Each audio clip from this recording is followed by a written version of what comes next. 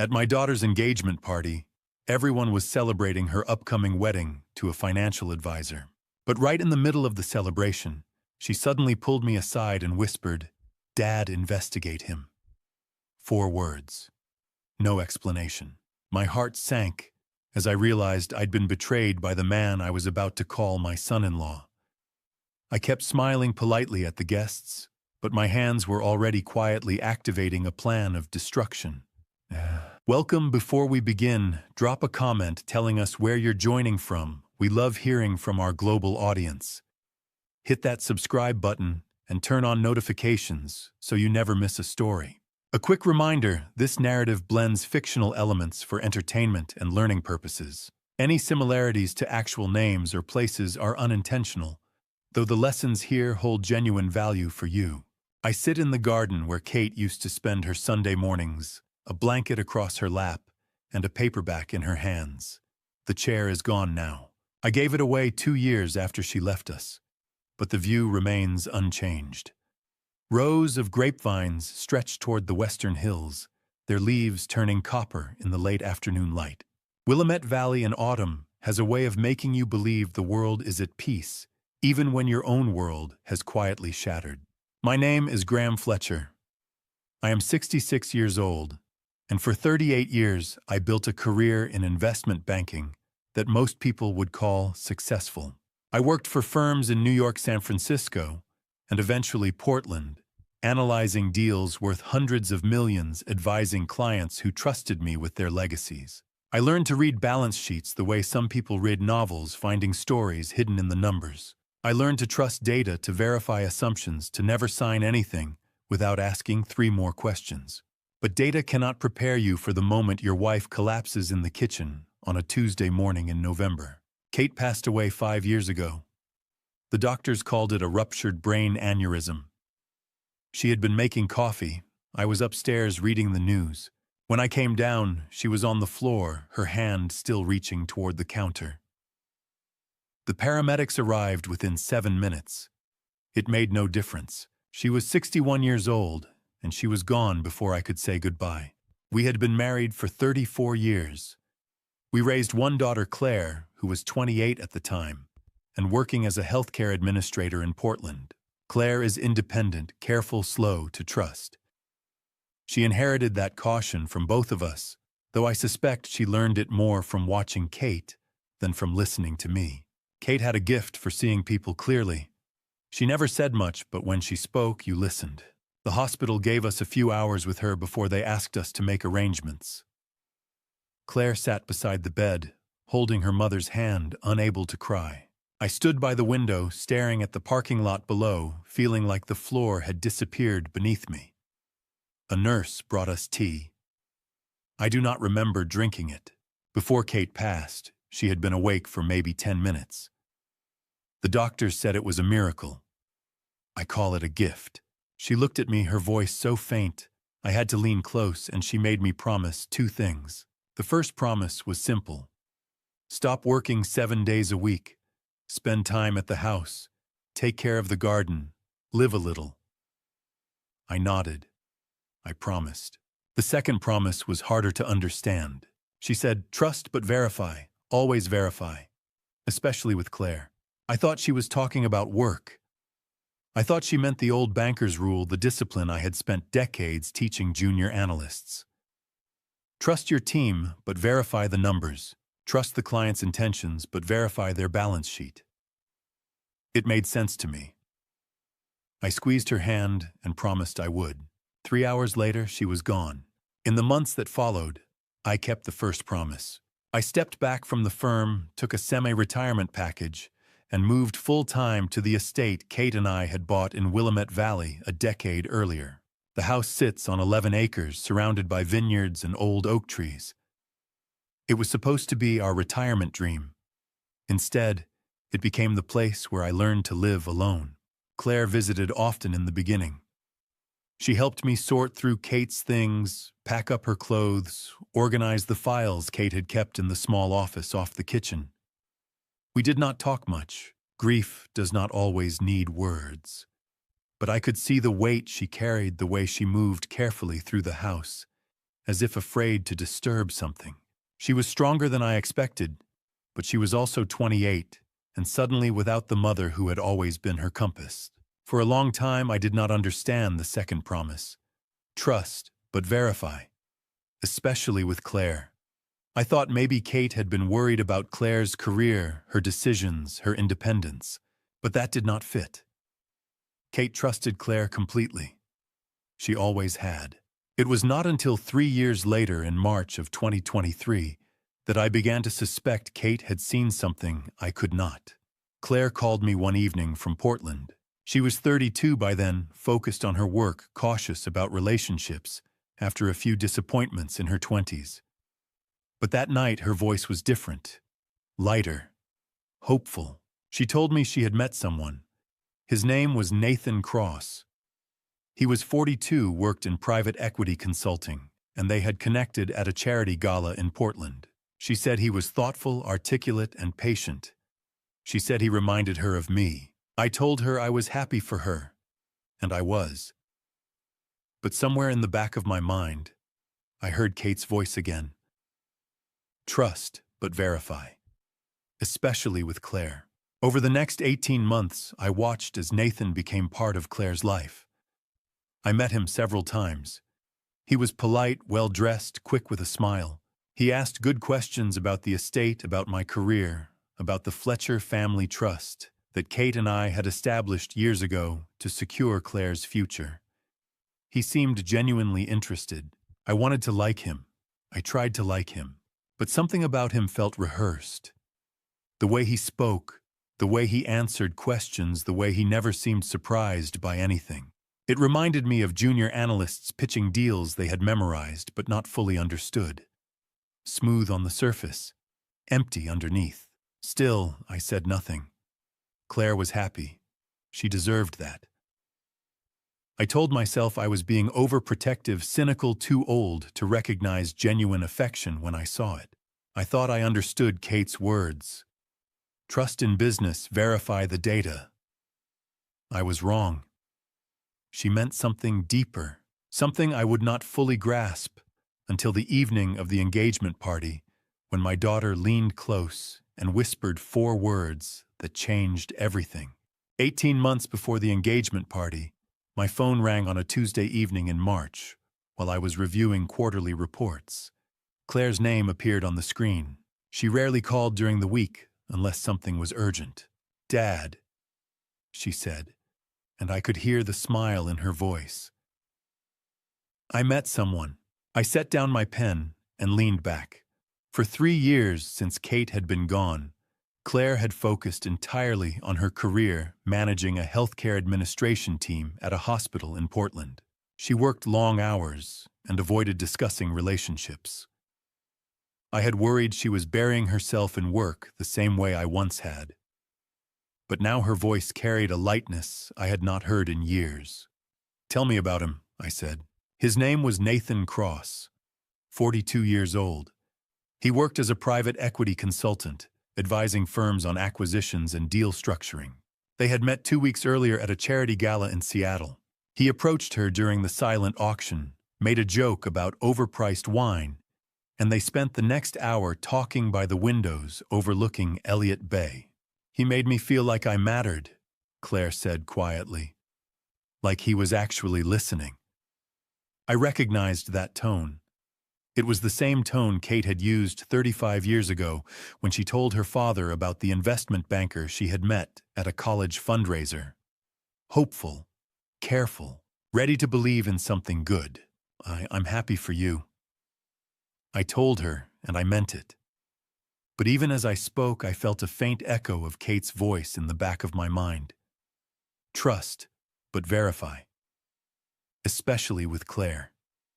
Over the next 3 months, Claire and Nathan saw each other as often as their schedules allowed.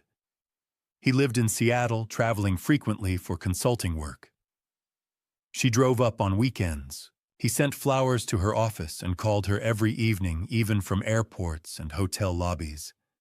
She told me he was thoughtful, patient, never rushed her. I listened and asked careful questions. Where did he grow up? What firm did he work for? Had he ever been married? Claire said he grew up somewhere on the East Coast, moved west 15 years ago to build his career. He worked independently, now advising small and mid-sized firms, and no, he had never been married. He said he had been waiting for the right person. That last detail bothered me more than I wanted to admit. A man in his early 40s, financially stable, well-spoken, never married. In my experience, that usually meant one of three things. He was too focused on his career to commit. He had commitment issues no one had been able to fix. Or he was hiding something. But I kept those thoughts to myself. Claire was 32 years old. She did not need her father questioning every choice she made. And perhaps I was simply projecting. I had spent 38 years analyzing risk for a living. It was hard to turn off that instinct even when it came to my own daughter's happiness. Still, I found myself thinking about a rule I used to teach junior analysts. When a deal looks too good to be true, it usually is. When every number lines up perfectly, when the client has an answer for every question, when there are no visible risks, that is when you dig deeper. Perfection in business is almost always a performance. But this was not business. This was Claire's life. And she deserved the chance to be happy. In late May, she called again. Her voice was steadier this time. Nathan wanted to meet me. She said it mattered to him, that he understood family was important to her, that he wanted to do things the right way. I agreed immediately and suggested he come to the estate for dinner. The following Saturday, I spent the morning preparing. I walked through the vineyard, checked the guest house, set the table on the back terrace where Kate and I used to host dinners for clients and friends. The weather cooperated. The sky was clear, the hills green, the air warm. It was the kind of afternoon that made you believe the world was generous. Claire arrived first, driving down from Portland in the late morning. She helped me set out glasses and napkins, arranged a bowl of fruit, moved through the house with the ease of someone who had grown up there. She seemed lighter than she had in years. Hopeful. I wanted that for her. Nathan arrived just after noon, driving a modest sedan, carrying a bottle of wine that was neither too expensive nor too cheap. He stepped out of the car, smiled, extended his hand, and introduced himself with the kind of confidence that comes from years of meeting strangers and making them feel comfortable. "Mr. Fletcher," he said, "thank you for having me. Claire talks about this place constantly." He was tall, maybe 6 feet, with dark hair starting to gray at the temples.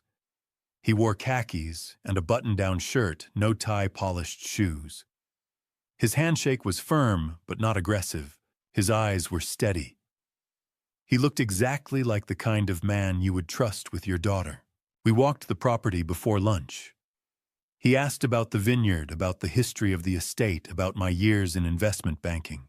He listened carefully to every answer, asked follow-up questions, made thoughtful observations.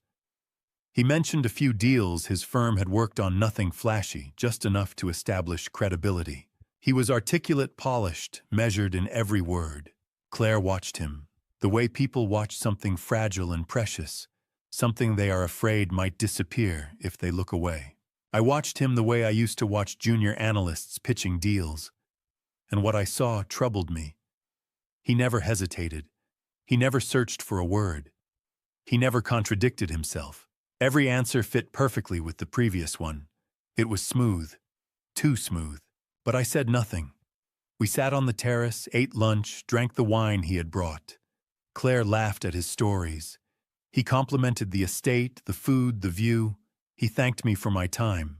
He promised to take care of Claire, to respect her, to honor what mattered to her.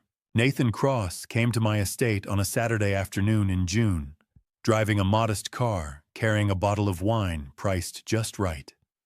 He was perfect in every way. That should have been the first warning. I learned early in my career that the most dangerous person in any negotiation is the one who makes you feel like the smartest person in the room. They ask the right questions. They nod at the right moments. They never challenge you directly. And by the time you realize they have been managing you, the deal is already signed. By November, Nathan had been part of Claire's life for 8 months. They spent weekends together, talked every evening, made plans for holidays.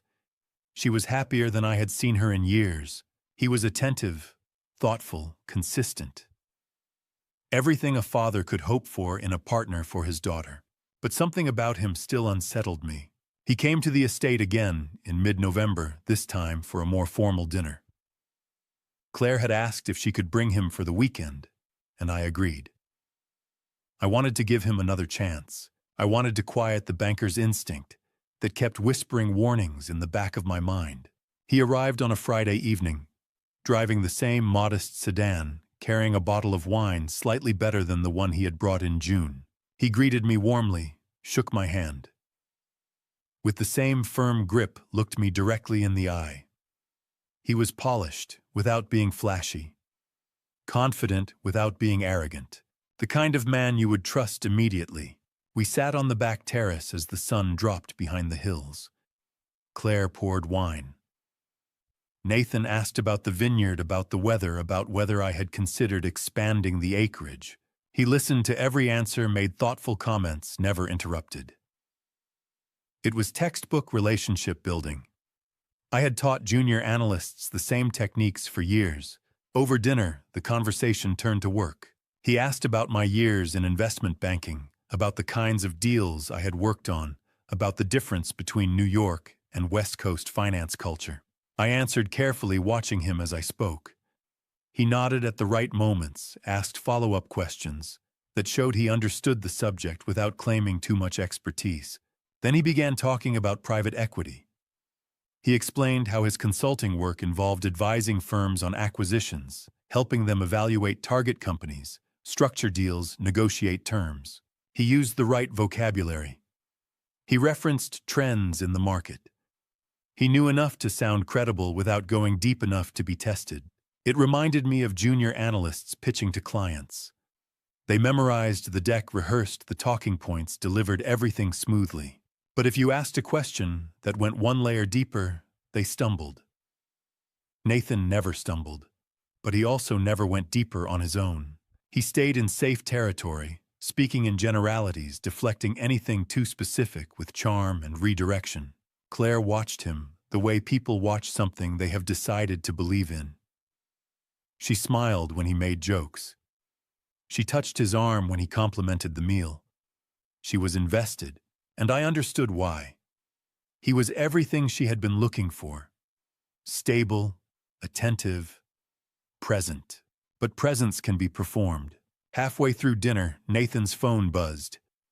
He glanced at it, apologized, and excused himself to take the call. He stepped off the terrace and walked toward the edge of the vineyard, his back to us, his phone pressed to his ear. I watched him through the window. His posture changed. His shoulders tensed. His free hand gestured sharply, cutting through the air in a way that suggested frustration or impatience.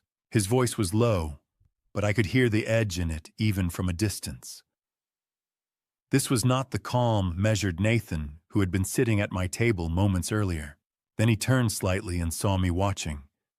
His posture shifted immediately. His shoulders relaxed. His hand dropped. His voice softened. He ended the call within seconds, slipped the phone into his pocket, and walked back to the terrace with the same easy smile he had worn all evening. "Sorry about that," he said, sitting down. "A client on the East Coast. They forget about the time difference."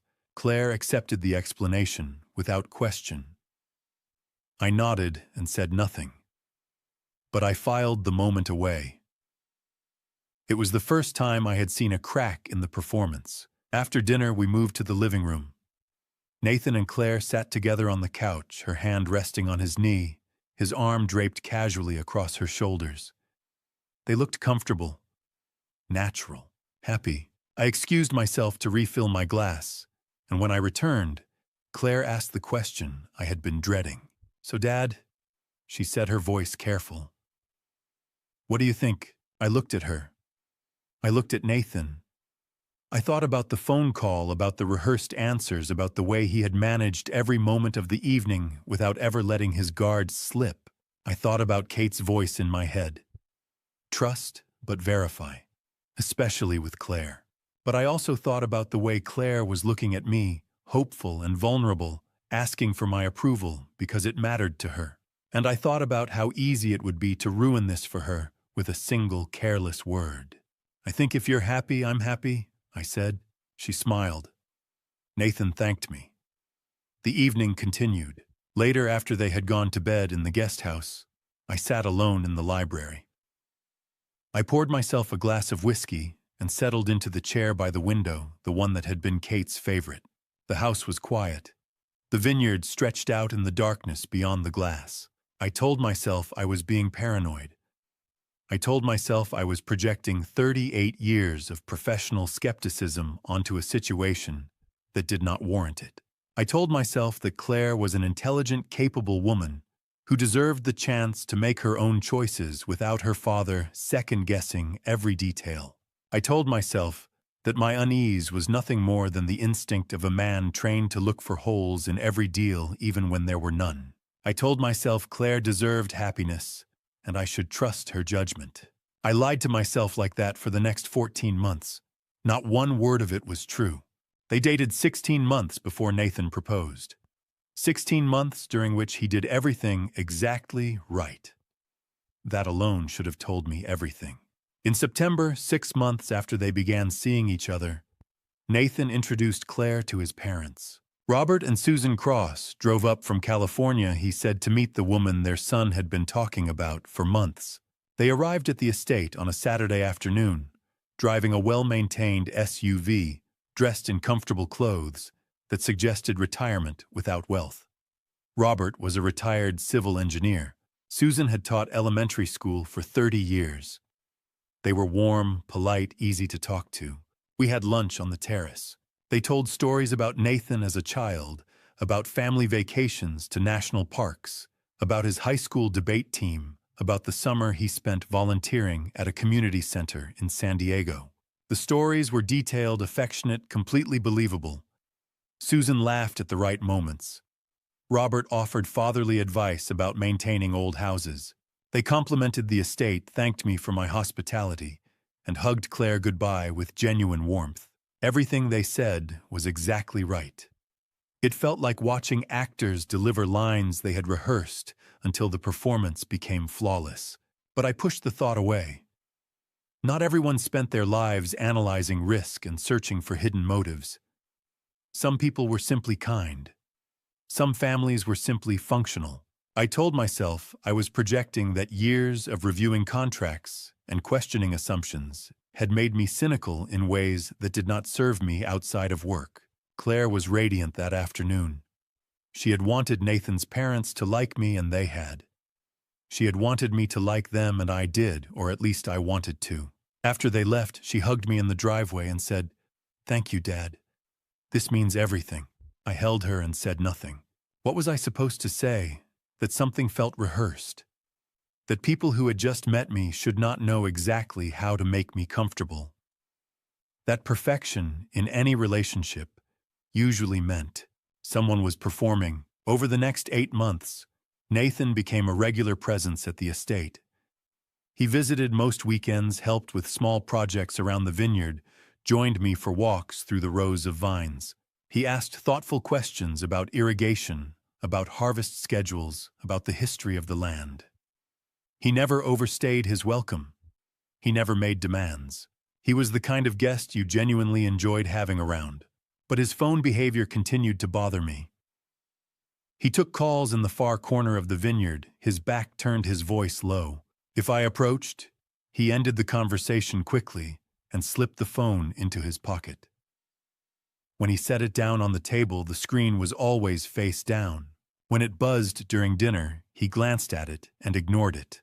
But I saw the way his jaw tightened, the way his fingers drummed against his leg. In business, those were warning signs. Secretive phone behavior meant hidden investors, undisclosed debts, relationships that would complicate a deal. But this was not business. And perhaps I was simply paranoid, reading danger into ordinary privacy. Maybe Nathan was managing difficult clients. Maybe he was protecting Claire from work stress. Maybe I was seeing shadows because I had spent too many years looking for them. In May, 14 months after they met, Nathan proposed. He took Claire to a restaurant overlooking Puget Sound, arranged for a table by the windows, and asked her to marry him as the sun set over the water. She called me from the parking lot, breathless and crying, her voice trembling with happiness. "Dad," she said, "he proposed. We're getting married." I sat down in the library, the phone pressed to my ear, and felt a complicated mix of emotions I could not untangle. Joy because Claire was happy. Relief because she had found someone who made her feel safe. And beneath it all, a quiet, persistent unease I could not name. "I'm so happy for you," I told her. And I was. That was not a lie. They began planning immediately. Claire wanted a winter wedding, something intimate but elegant, maybe 70 or 80 guests. They settled on mid-December, 10 weeks after the engagement party. The engagement party itself would be in early September, hosted at the estate, a chance for both families and close friends to celebrate before the formal ceremony. Claire threw herself into the planning with the same focus she brought to everything. She hired a coordinator, booked a venue for the wedding, ordered invitations, compiled guest lists. Nathan supported her in every decision, deferred to her preferences, paid for expenses without hesitation. He was once again exactly what she needed. The weekend before the engagement party, Nathan stayed at the estate to help with final preparations. We set up tables in the garden, arranged chairs, tested the sound system for the toasts. Claire was in Portland, managing last-minute details with the caterer. It was just the two of us working in the late afternoon heat. I went inside to refill our water bottles. As I walked back through the hall, I heard Nathan's voice drifting from the terrace. He was on the phone, standing near the edge of the vineyard, his posture tense. "I already told you," he said, his voice sharp. "After the party. We finalize everything then. Just be patient." I stopped in the doorway, listening. "The timeline hasn't changed," Nathan continued. 10 weeks. That's what we agreed. Everything moves after the signatures. No mistakes." I stepped onto the terrace. Nathan turned, saw me, and ended the call immediately. His expression shifted, the tension dissolving into an easy smile. "Client trouble," I asked, handing him a bottle of water. "Always," he said lightly.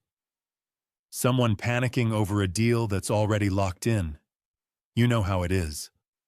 I nodded. I did know. But I also knew the difference between a client call and something else. And what I had just heard sounded nothing like a consultant managing an anxious investor. The engagement party would begin in 6 hours. 65 guests would arrive to celebrate my daughter's future with a man I could not prove was anything other than what he appeared to be. I had only one thing: a feeling. The same instinct that had guided me through 38 years of high-stakes negotiations. The same quiet warning that had kept me from signing bad deals and trusting the wrong people. The feeling that someone was hiding an enormous risk. On a September evening, the Willamette Valley estate flooded with light. Guests moved through the garden, laughter rising beneath a sky the color of burnished copper. Strings of Edison bulbs hung between the oak trees, casting warm shadows across tables covered in white linen. The air smelled of roasted vegetables, fresh bread, and wine from vineyards just beyond the hill. By 8 o'clock, the party had reached its peak. 65 people filled the garden, glasses in hand, voices layered into a hum of celebration. Nathan stood near the center of it all, his arm around Claire's waist, smiling at a cluster of her colleagues from the hospital. He looked confident, at ease, like a man who had already won. I watched from the edge of the terrace, nursing a glass of wine I had barely touched. The guest list was a mixture of people I knew well and people I had never met. Claire's friends and co-workers, a few of my old colleagues from the firm. Nathan's so-called friends, men and women he introduced as consultants, former classmates, business contacts. They looked polished, articulate, credible. Later, I would learn almost none of them were real. But that evening, I knew only what I could see. A party in full swing. My daughter smiling beside the man she intended to marry. A future unfolding exactly as she had hoped. Then Claire broke away from Nathan. She moved through the crowd with practiced ease, stopping to hug a neighbor, laugh at a joke, refill a glass. No one paid attention to where she was going. No one noticed when she reached me near the stone wall at the back of the garden. She wrapped her hand around my arm, her grip tight enough to leave a mark. She leaned close, her voice barely above a whisper, her lips near my ear. "Dad, investigate him." 4 words, chosen with absolute precision. No explanation, no context. Just a command delivered in a tone that left no room for doubt. Then she released my arm, stepped back and turned toward the party. She smiled at a passing guest, waved to one of Nathan's friends, and returned to Nathan's side as if nothing had happened. She slipped her hand into his, laughed at something he said, and tilted her head toward the neighbor who had started telling a story about his grandchildren. I stood motionless, the glass of wine suddenly heavy in my hand. 38 years in investment banking had taught me how to control my expression, how to absorb information without flinching, how to sit across from someone lying to my face and smile as if I believed every word. I used every bit of that training now. I turned back toward the garden, lifted my glass, took a slow sip. My face showed nothing. My posture suggested calm, but my mind was racing. Claire had not panicked. She had not cried. She had not asked me for help in the desperate, unfiltered way people do when they are afraid. She had delivered a tactical instruction. 4 words, no more, because 4 words were all she could risk without being overheard.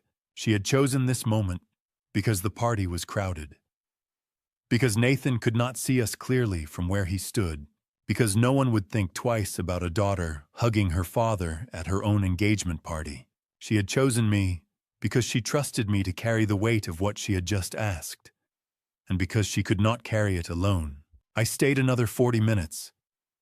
I moved through the garden, shaking hands, accepting congratulations, asking polite questions about jobs and vacations and children. I spent 10 minutes talking with Nathan about Oregon wine country, about investment strategies for small vineyards, about the challenges of sustaining agriculture in a changing climate. He answered every question, smoothly made, thoughtful observations, never hesitated. But I saw something flicker across his face when I asked about his consulting work. A calculation, a moment of adjustment. It was subtle, barely perceptible, the kind of micro-expression you learn to read after decades of negotiating with people who have something to hide. He was wondering if I suspected something, and he was deciding in real time how to manage it. I smiled. I nodded. I complimented his taste in wine. And I filed the observation away. By 9:30, guests began drifting toward their cars. Nathan and Claire stood near the driveway, thanking people as they left, hugging friends, waving goodbye. I stayed on the terrace, watching. Nathan glanced toward me once, raised his glass in a silent toast, and smiled. I raised mine in return. When the last car pulled away, Claire walked Nathan to the guest house. I watched them disappear into the darkness beyond the vineyard, her hand in his, their voices soft and distant. Then I went inside. I locked the door. I climbed the stairs to my office and sat down at the desk, where I had spent the last 5 years managing what remained of my career, sorting through estate planning documents, reviewing investments I no longer cared about. I looked at the photograph on the corner of the desk. Kate smiling in the garden sunlight in her hair, a blanket across her lap. The picture had been taken 6 months before she passed. She looked happy, at peace, as if she had already made her peace with whatever was coming. Trust but verify. Always verify, especially with Claire. For 5 years I had wondered what she meant. I had convinced myself it was about financial decisions, career advice, the ordinary caution any parent exercises when watching their child navigate adulthood. But Kate had seen something I could not. She had known there would come a moment when I would need to verify something even when it broke my heart to do so. That moment had arrived. Tomorrow morning I would call Laura Bennett, the family attorney, who had helped Kate and me structure the Fletcher Family Trust. Then I would call someone else, someone who specialized in finding information people tried to hide. Someone who could verify what my daughter had just told me to investigate. One promise to my daughter. One promise to Kate. And a banker's instinct that had never failed me even when I wished it would. I texted Claire before Nathan woke. The sun had barely broken over the eastern hills, the vineyards still wrapped in the gray wash of early morning. Meet me in the garden, alone. She appeared 5 minutes later, barefoot, a jacket pulled hastily over her pajamas, her hair uncombed. Her face told me everything. She had not slept either. We walked without speaking, moving past the terrace and into the rows of grapevines, following the path toward the far stone wall where the property ended and the forest began. Far enough from the house that no one could overhear. Far enough that if Nathan looked out a window, he would see only two figures walking in the early light, a father and daughter sharing a quiet morning. Claire glanced back toward the guest house twice, checking, making sure. When we reached the wall, she stopped and turned to face me. Her arms were crossed tightly across her chest, her jaw set in the same expression I had seen on Kate's face 100 times. Determined, frightened, ready. "Tell me," I said quietly. She took a breath. Then she began. It happened 3 weeks before the engagement party. 3 weeks. I did the math in my head and felt a sharp, cold anger settle in my chest. She had carried this alone for 3 weeks. Her laptop had been charging in the bedroom. She needed to look something up quickly, something related to work. Nathan was in the shower. His laptop was sitting open on the desk, multiple browser tabs displayed across the screen. She used it without thinking. It was the kind of casual, trusting gesture couples make when they believe they have nothing to hide from each other. One of the tabs was an Excel file. The name caught her attention immediately. CF_estate_liquidity_timeline.xlsx. She opened it, and everything changed. The spreadsheet was detailed in a way that made my skin crawl. Column A listed asset categories: real estate, investment accounts, trust funds, wine collection, personal property, every major asset the Fletcher family held. Column B listed estimated values: 18 million in real estate, 21 million in investment accounts, 3 million in the family trust, 2 million in wine art and other holdings, 42 million total. The numbers were precise. Too precise. Someone had done their homework. Column C outlined transfer mechanisms: trust modification, co-trustee designation, joint account access, legal instruments that would allow someone with the right signatures to move money quickly and quietly. Column D detailed a timeline, a 30-day window, post-marriage, before legal intervention could be initiated. At the top of the file in the header row, 2 letters: CF Claire Fletcher. She heard the shower turn off. She closed the laptop immediately, her hands shaking, her heart pounding so hard she thought Nathan would hear it from the bathroom. When he walked out, towel around his waist, hair still wet, he asked if she had found the restaurant reservation information she was looking for. She told him yes. She smiled. She kissed him. And she went into the bathroom and locked the door and tried not to be sick. For 3 weeks, she looked for an innocent explanation. Maybe he was helping her plan financially for the future. Maybe his lawyer had prepared standard prenuptial documents. Maybe the file belonged to someone else, a client with similar initials, and she had misunderstood. But the timeline column included a phrase that made innocent explanations impossible. Before legal intervention can be initiated. You do not write that phrase if you are planning something above board. She had never discussed inheritance details with Nathan. She had mentioned the family trust in passing once, maybe twice. She had never given him access to financial documents. She had never told him the value of the estate. Yet someone had researched it thoroughly. Someone knew exactly what we owned and exactly how to take it. She wanted to confront him immediately, but she was afraid she was wrong, afraid she was paranoid, afraid she would accuse an innocent man and destroy the relationship over a misunderstanding. Then came the engagement party. She watched me watching Nathan. She saw the careful way I asked questions, the way I observed him when he thought no one was paying attention. And she realized she was not paranoid. She realized I had seen something too. That was when she decided to tell me. "You did the right thing," I said. My voice was steady, but inside I was calculating timelines, assessing risks, running through every banking fraud case I had ever reviewed. "You are not crazy. You saw exactly what you think you saw." She looked at me, her eyes red but dry. "What do we do? Do we confront him?" "No," I said immediately. "Not yet. If he is what I think he is, confronting him without proof will only make him disappear. He will walk away, cover his tracks, and we will never know the full extent of what he planned." I paused, choosing my words carefully. "We need to know who he really is, what he has done before, and we need evidence that will hold up if this goes to court. So I have to keep pretending," Claire said quietly. It was not a question. "Yes," I said. "I know it is hard, but if he suspects we know, we lose the advantage. He controls the situation as long as he thinks we are still in the dark." Claire nodded slowly. She had been performing for 3 weeks already.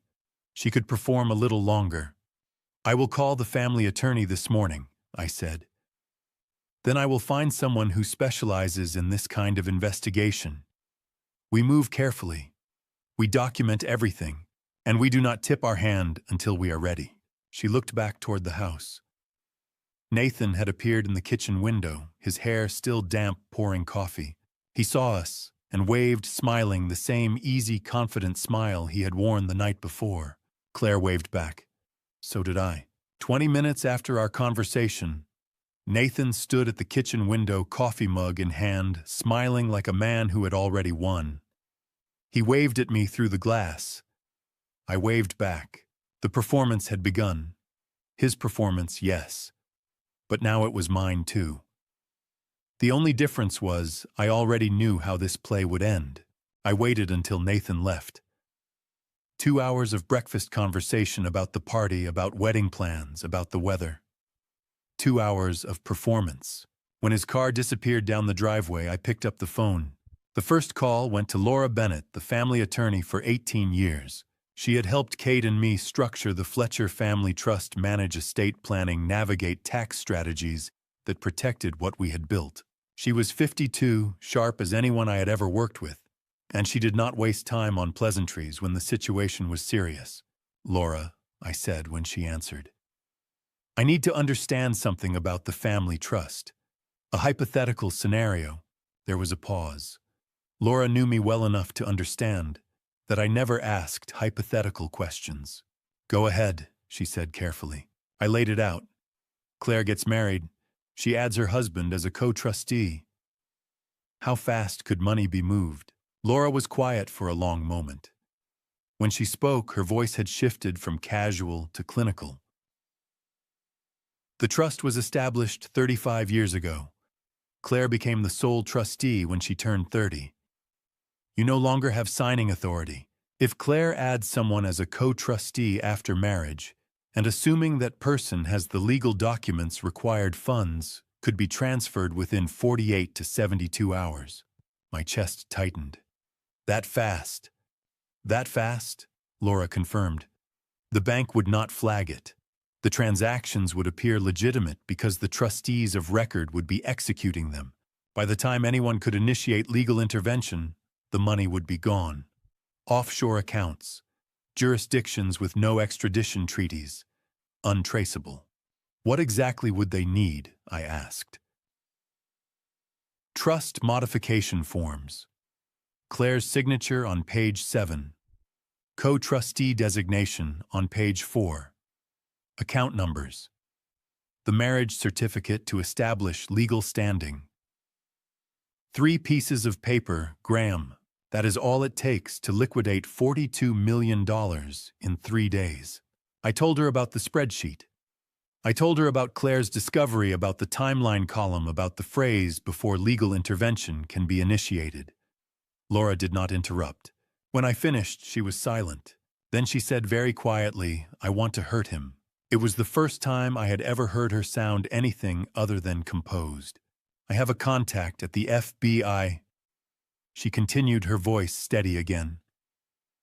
"Financial Crimes Division, Rachel Torres. She is good, she is thorough, but she will need evidence. Real evidence. Not just suspicion." "I am hiring an investigator," I said. "When I have proof, I will call you." "Do it fast," Laura said. "If this man is what you think he is working on a timeline, and you are running out of time." The second call went to Frank Dalton. I had met Frank 15 years earlier during a merger investigation, back when he was still with the FBI as a forensic accountant. He had since left the bureau and built a reputation as one of the best private investigators on the West Coast. Discreet, thorough, expensive, worth every dollar.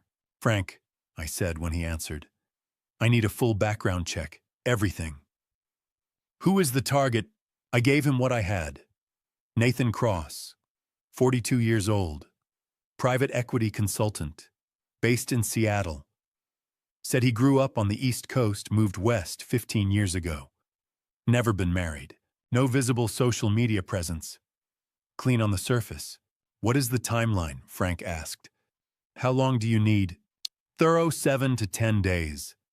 Quick and dirty 3 to 4. I need it in 6. Frank hesitated. "That is tight.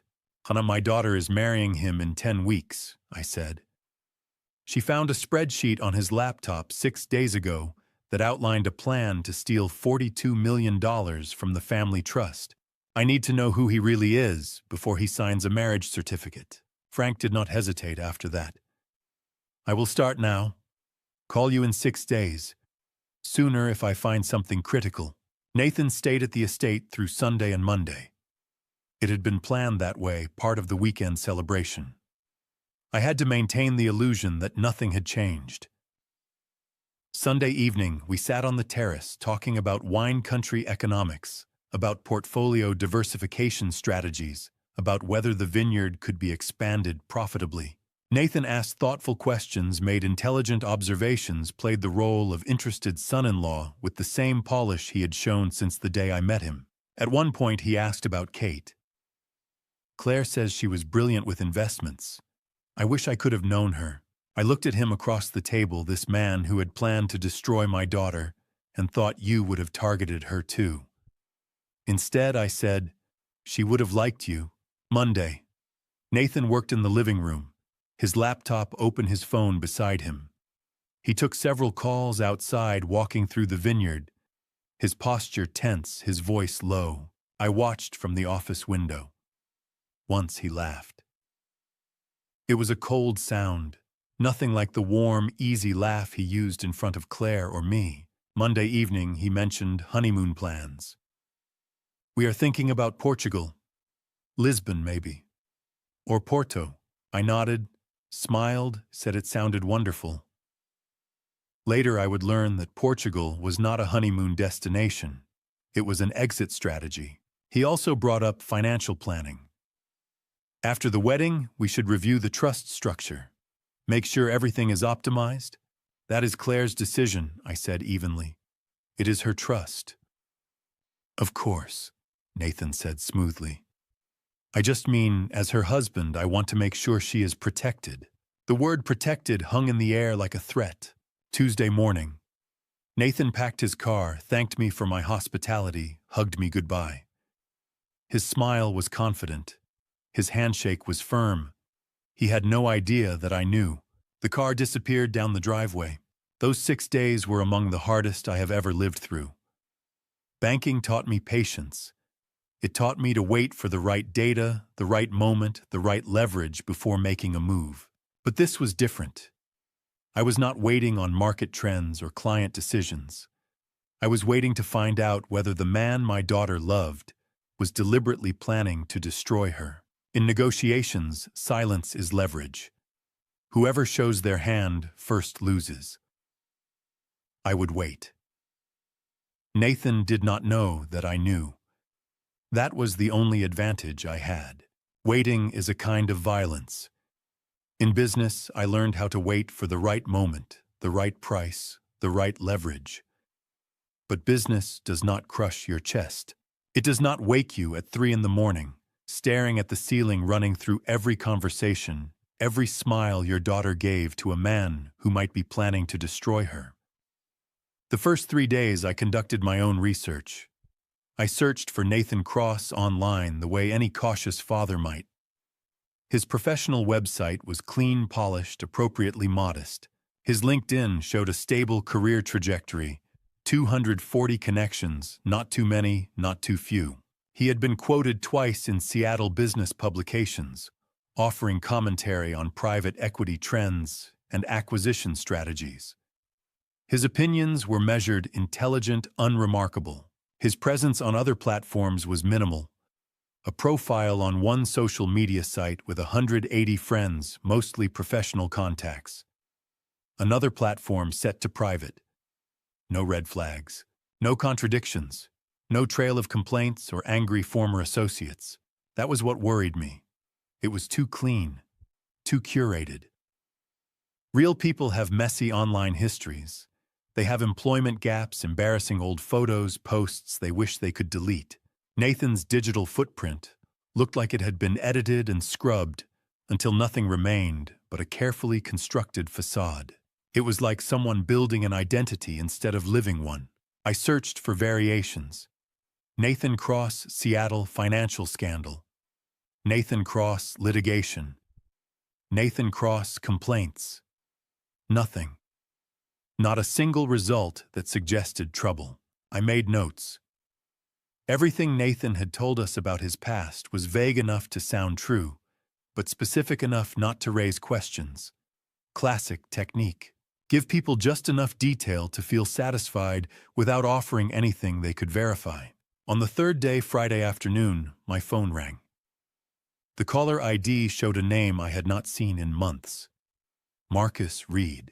Marcus had been one of my junior analysts 20 years ago. I trained him personally, taught him how to read balance sheets, the way surgeons read X-rays, how to see the story hidden in the numbers. He left 8 years ago to start his own consulting practice. We stayed in touch. He called every few months to check in, ask advice, share a drink when he was in town. "Graham, what?" he said when I answered. "I saw the engagement announcement in the Portland Business Journal online. Congratulations to Claire." "Thank you," I said, "but I need to tell you something." His voice had shifted, careful, tense. The photo of her fiancé, Nathan Cross, I think I know him. Different name. But the face is identical. My heart kicked hard against my ribs. "What name?" "On Andrew Pierce," Marcus said. 2 years ago in Denver, a client of mine was evaluating an investment deal. Pierce was the consultant. Something felt off, so I dug deeper. Found inconsistencies in his references, gaps in his employment history. Before I could prove anything, he disappeared. The deal collapsed. My client lost money. "Are you certain it is the same person?"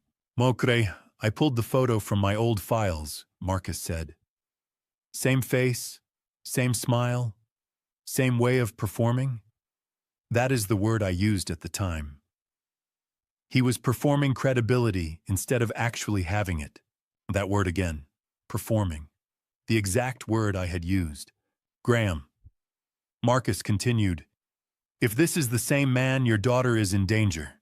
Not physical danger, but financial. He targets assets. He finds people with money, gains their trust, and disappears with whatever he can access. She is the primary beneficiary of a family trust," I said quietly. "A significant amount." "That is his pattern," Marcus said. "He targets people with family wealth, earns their trust, and vanishes with whatever he can reach." "I already have someone investigating," I said. "Good." Marcus exhaled. "Send me everything you have on Andrew Pierce. I will send it tonight. The next day, Saturday, I told Claire. She drove to the estate in the morning, her face pale, her hands clenched around the steering wheel when she parked. I showed her the photo Marcus had sent. Andrew Pierce, Denver, 2 years ago. Same face, different hair color, different glasses, but unmistakably Nathan. Claire stared at the image, her hand covering her mouth. How many people has he done this to? We do not know yet, I said. But Marcus confirmed what we suspected. This is a pattern. Nathan, or whatever his real name is, has done this before. She looked up at me, pain written across her face. So I was just a target. You are my daughter, I said firmly. You are brilliant, kind, and you had no reason to suspect. This is not your fault. Her expression shifted. Pain hardened into anger. I want him arrested. Now. We do not have enough evidence yet, I said. Marcus could not prove anything in Denver. That is why Frank is investigating. We need his real identity, his history, and evidence that will hold up in court. Without that, Nathan will disappear and find another target. When does Frank call? Claire asked. Monday, I said. 2 more days. Sunday. I spent alone at the estate. I sat in Kate's chair in the library, staring out at the vineyard, and spoke to her the way I had 100 times since she passed. And you knew, did not you? I said quietly. You knew there would come a day when I would need to protect her from someone who looked perfect. That is why you made me promise. I felt her presence stronger than I had in years. Not a ghost.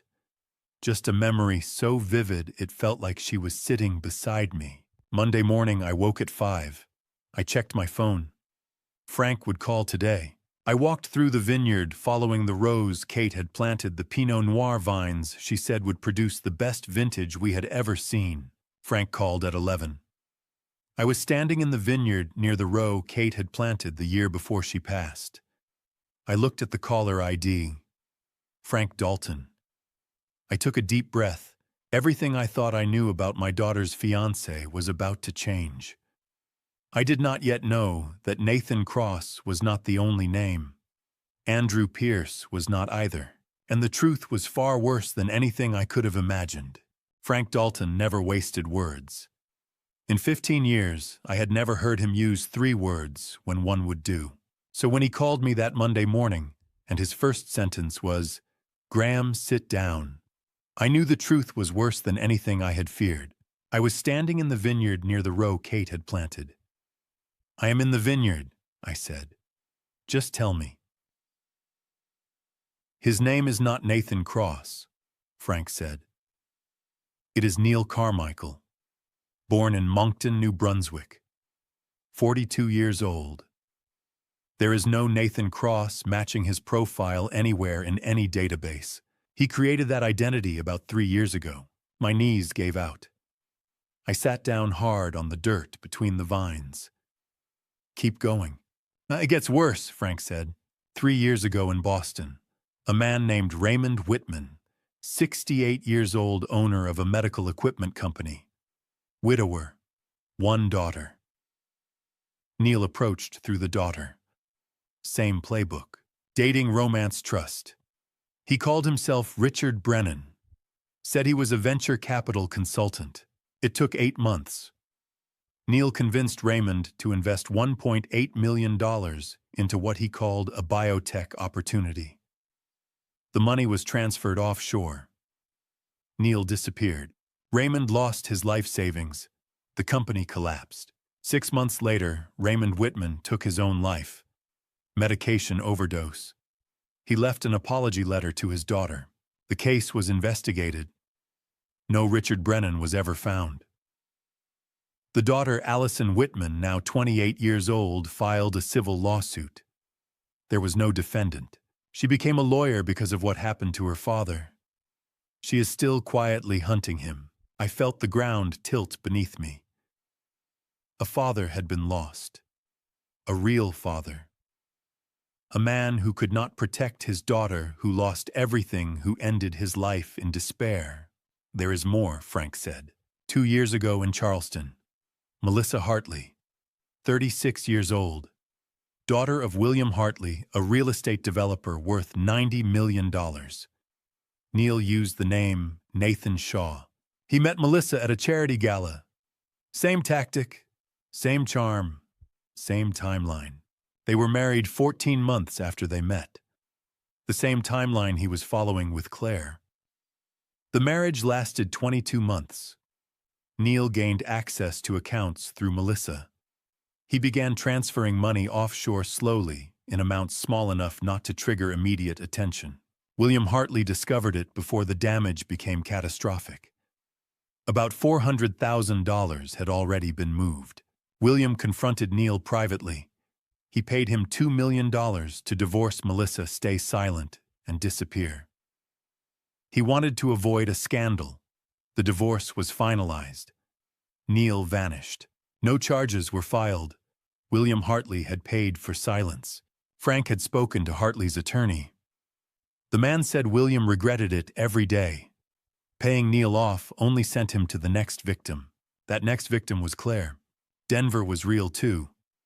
Frank continued. Marcus was right. 2 years ago. Andrew Pierce. Same operation.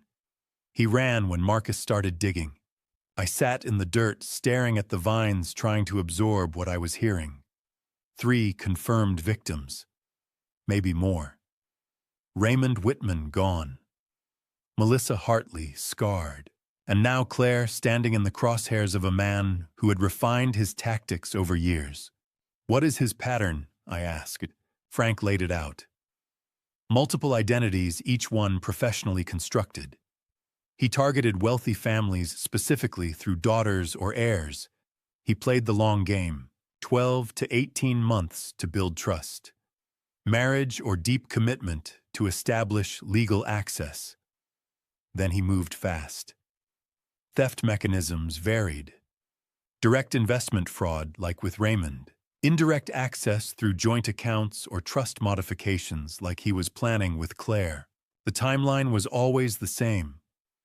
Once he had legal standing, he acted within 30 days. Offshore accounts. New identities already prepared.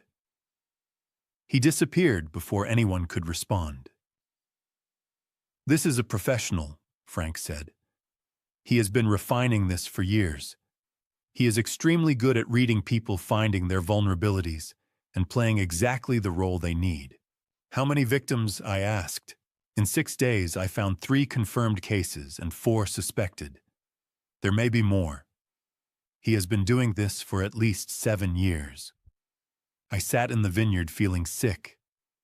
I thought about Raymond Whitman, a father who could not save his daughter, who lost everything, who saw no way forward except to end his own pain. That could have been me, if Claire had not found the spreadsheet, if she had not trusted me enough to tell me. What else? I asked.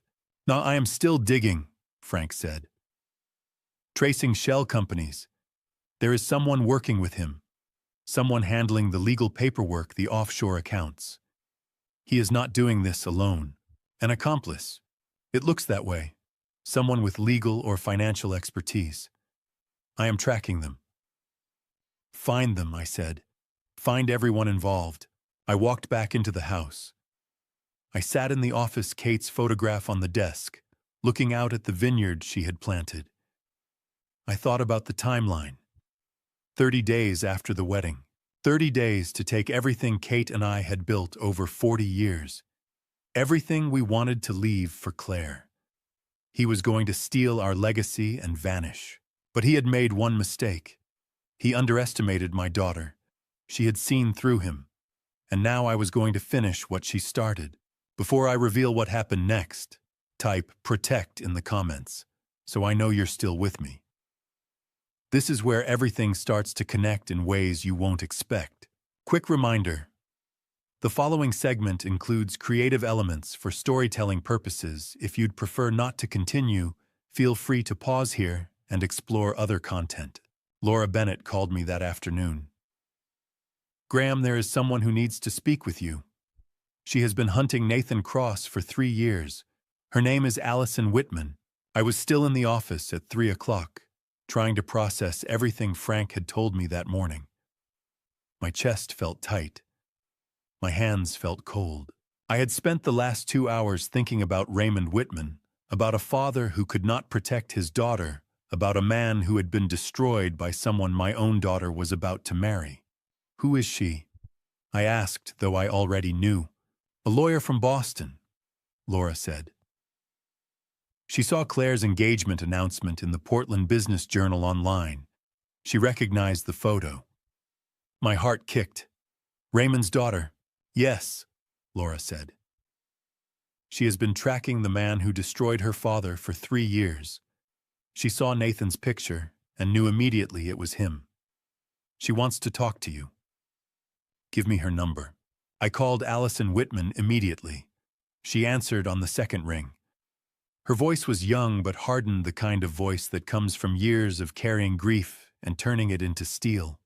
"Mr. Fletcher," she said. "I saw the engagement photo. The man standing next to your daughter. His name is not Nathan Cross." "I know," I said. "His name is Neil Carmichael." There was a long silence. Then she exhaled, and I heard something crack in her voice. "You know his real name, how we could never find it?" "I hired an investigator 6 days ago," I said. "He confirmed it this morning." "Then you know what he did," Allison said quietly. "You know what he is. Tell me about your father." Another silence. Then she spoke, and I listened. Her father had been a good man. He built a medical equipment company from nothing. 200 employees. After her mother passed, he poured everything into the business and into Allison. 3 years ago, Allison brought someone home. Richard Brennan, venture capital consultant. Her father, lonely and generous, welcomed him. Richard became like a son. Sunday dinners, golf on Saturdays, business advice over coffee. He convinced Raymond to invest in a biotech startup.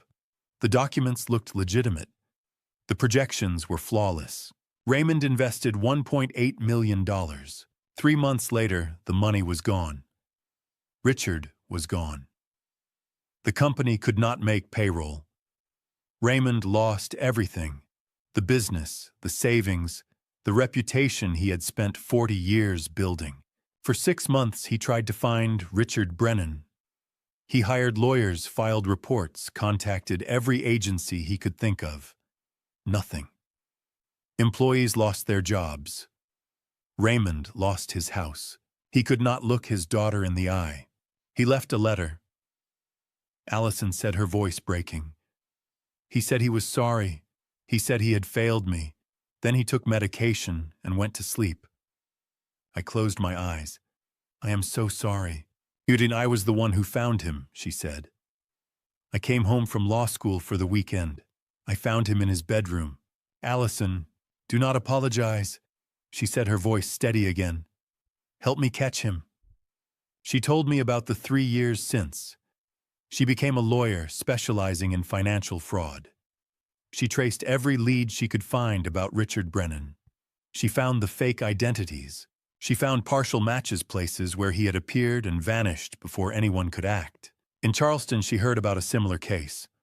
A woman named Melissa Hartley scammed by a man named Nathan Shaw. But by the time Allison arrived, the family had already paid him off to avoid a scandal.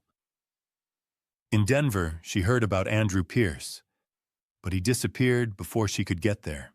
"I have been 6 months behind him for 3 years, she said. Until now. She saw the engagement announcement last week. She recognized his face immediately. She stared at the photo for an hour, feeling sick. He was holding my daughter's hand. He was smiling like he had already won. It took her a week to figure out how to reach me.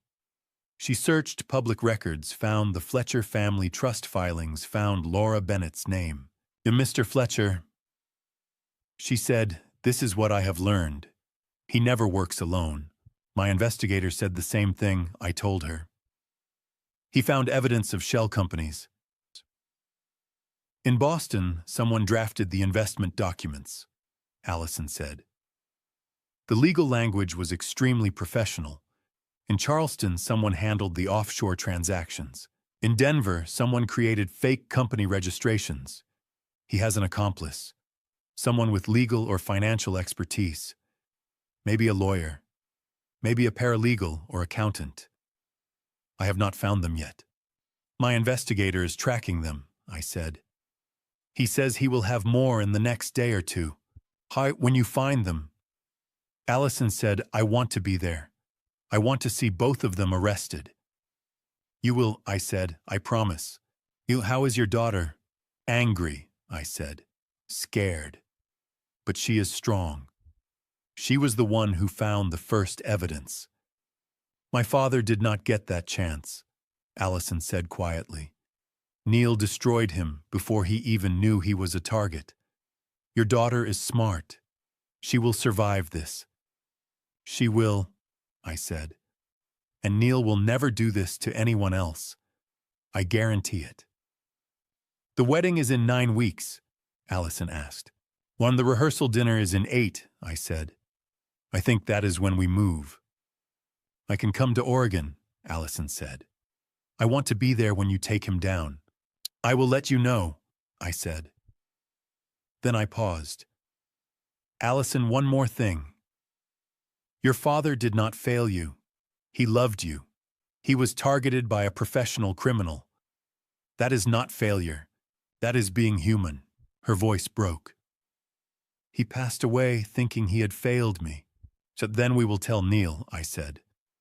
When we catch him, we will let him know that the people he destroys are remembered. That night, I sat in the dark office. Raymond's story echoed in my mind. A father trying to protect his daughter, losing everything. A daughter coming home and finding her father gone. That could have been me and Claire, I heard Kate's voice. But you are not Raymond. Claire is not Allison. You still have time, I answered her aloud. I am doing this for Raymond, for Allison, for every family Neil has destroyed. This ends with us. Right here. Frank called Wednesday evening, 2 days after the first bombshell. I was having dinner with Claire at the estate, telling her about Allison when my phone buzzed. Frank's voice was different this time, tighter, more urgent. It's Graham, he said. I found the accomplice, and I found their plan. You need to hear this now. I put the phone on speaker. Go ahead, Frank. Claire is here. Frank did not hesitate. Her name is Vanessa Cole, 46 years old, former paralegal at an estate planning law firm in Calgary, Alberta. She specialized in trust law and estate administration. She left the firm 3 years ago under unclear circumstances. No reference letter. No promotion to partner, even though she had been promised one. Well, what is she doing now? I asked. Just officially freelance legal consultant. But she has no actual clients. Her real income comes from a shell company called Cross Coal Consulting Limited, registered in Alberta. Neil is a co-owner under a different name. Claire set down her mug. Her jaw tightened. She has exactly the expertise they need. Yes, Frank said. Trust modifications, offshore accounts, legal filings. She is the one preparing the documents to steal your assets. Then he told us about the emails. Neil had been careless using a personal email account that was not as secure as he thought. Frank had accessed 3 months of correspondence between Neil and Vanessa. He read them to us one by one, and I felt my blood turn cold. The first email was from July. Vanessa wrote to Neil confirming the target. CF Claire Fletcher. Estimated asset value $42 million in liquid assets plus real estate. Trust structure reviewed. She is the sole trustee, has been since age 30. Perfect setup. The second email was from August. Neil wrote to Vanessa. Engagement party scheduled for September. Wedding 10 weeks after that. Timeline is good. Make sure the documents are ready. The third email was from September. Vanessa reported that the trust modification forms were prepared. 2 signature points. Page 4 for co-trustee authority. Page 7 for grantor approval. Once both signatures are obtained, she will submit the transfer request. The fourth email was the most recent, sent last week. Vanessa confirmed the timeline. Saturday, wedding. Friday evening, sign the documents at the rehearsal dinner. Monday morning, submit the transfer request to the banks. Tuesday morning, wire the funds to the account in Lisbon. Tuesday afternoon, fly out. By Wednesday, the money would be dispersed through a network of shell companies. Even if someone discovered the theft, it would be too late. I stared at the phone. How do they get Claire to sign? Vanessa will be at the rehearsal dinner, Frank said. She will present herself as a legal consultant for the event or as a financial expert helping with post-marriage estate planning. Claire will sign because she will think it is routine. Neil will sign as her fiancé. On Monday, the bank will see that the trustee is adding her husband as co-trustee with all the proper documentation, and they will approve the transfer. What about me? I asked. I will notice the money is gone.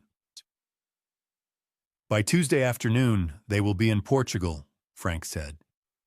The money will be split into dozens of offshore accounts across multiple jurisdictions. Even with FBI involvement, international fraud recovery takes years. They will vanish with $42 million, and you will spend the rest of your life trying to get it back.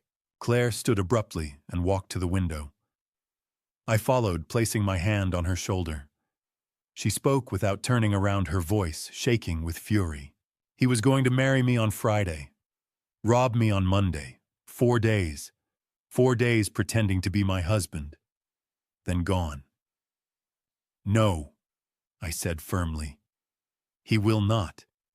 Because we know, and we are going to catch him. We need the FBI now, I told Frank. This is international fraud. Conspiracy. Multiple victims. I already talked to Laura, Frank said. She contacted Rachel Torres, FBI Financial Crimes Division. Agent Torres wants to catch them in the act, at the rehearsal dinner, when Vanessa is present with the documents. Claire turned back toward me. She was pacing now, her hands clenched into fists. I was going to walk down an aisle, say vows, let him put a ring on my finger, all while he was planning to steal everything 4 days later. I stepped in front of her, held her shoulders, made her look at me. You have every right to be angry. You loved him, or you thought you did. But you saw the truth. That spreadsheet, you could have ignored it, but you did not. You saved yourself, Claire, and now we are going to save everyone else he was planning to target after you. She nodded slowly. 8 weeks. The rehearsal dinner is in 8 weeks. Yes, I said. At Cascade Ridge Resort. Vanessa will be there with the documents. The FBI will be there too. We let them think everything is going according to plan. Then we spring the trap. I can do 8 more weeks, Claire said quietly. I can do it if it means watching him get arrested. If it means making sure he never does this to anyone else. You will not be alone, I said. I will be there. Allison will be there. The FBI will be there. And when it is over, he will spend the rest of his life in prison. That night after Claire left, I forwarded everything to Laura and the FBI. I sat in the office staring at the emails Frank had sent, reading the cold, calculated plan to destroy my daughter's life. Vanessa Cole and Neil Carmichael had refined this operation over years. They thought they had 8 more weeks of smooth sailing. They were wrong. Agent Rachel Torres would call tomorrow to coordinate. Allison Whitman was standing by in Boston. My daughter was preparing for an 8-week performance. And somewhere in Seattle, Neil Carmichael was sleeping soundly, believing in a perfect plan. He did not know that the man whose daughter he was targeting had spent 38 years hunting for flaws in deals. And he did not know that the flaw in his own plan was about to destroy him. Rachel Torres called Thursday morning. FBI agent, 20 years in financial crimes. Even she paused when she heard about the emails. "Mr. Fletcher," she said, "we need to move carefully. These two are professionals, but so are we." It was 1 week before the rehearsal dinner. Rachel had spent the previous day reviewing the evidence Frank had compiled. Emails, financial records, victim testimony, shell companies. The pattern was clear. The case was strong. "We can arrest them now," Rachel said. "Conspiracy, wire fraud, identity theft. The charges are solid, but the strongest case is catching them in the act. When the documents are being signed, when there is verbal confirmation of the plan, when both conspirators are present." She laid out her plan. She would be at Cascade Ridge Resort undercover as an assistant to the wedding coordinator. Support agents would wait in a van outside. I would wear a digital recorder hidden in my jacket pocket. The goal was simple. Record Vanessa and Neil discussing the plan before the signatures. Once we had verbal confirmation and the documents were in hand, we would move.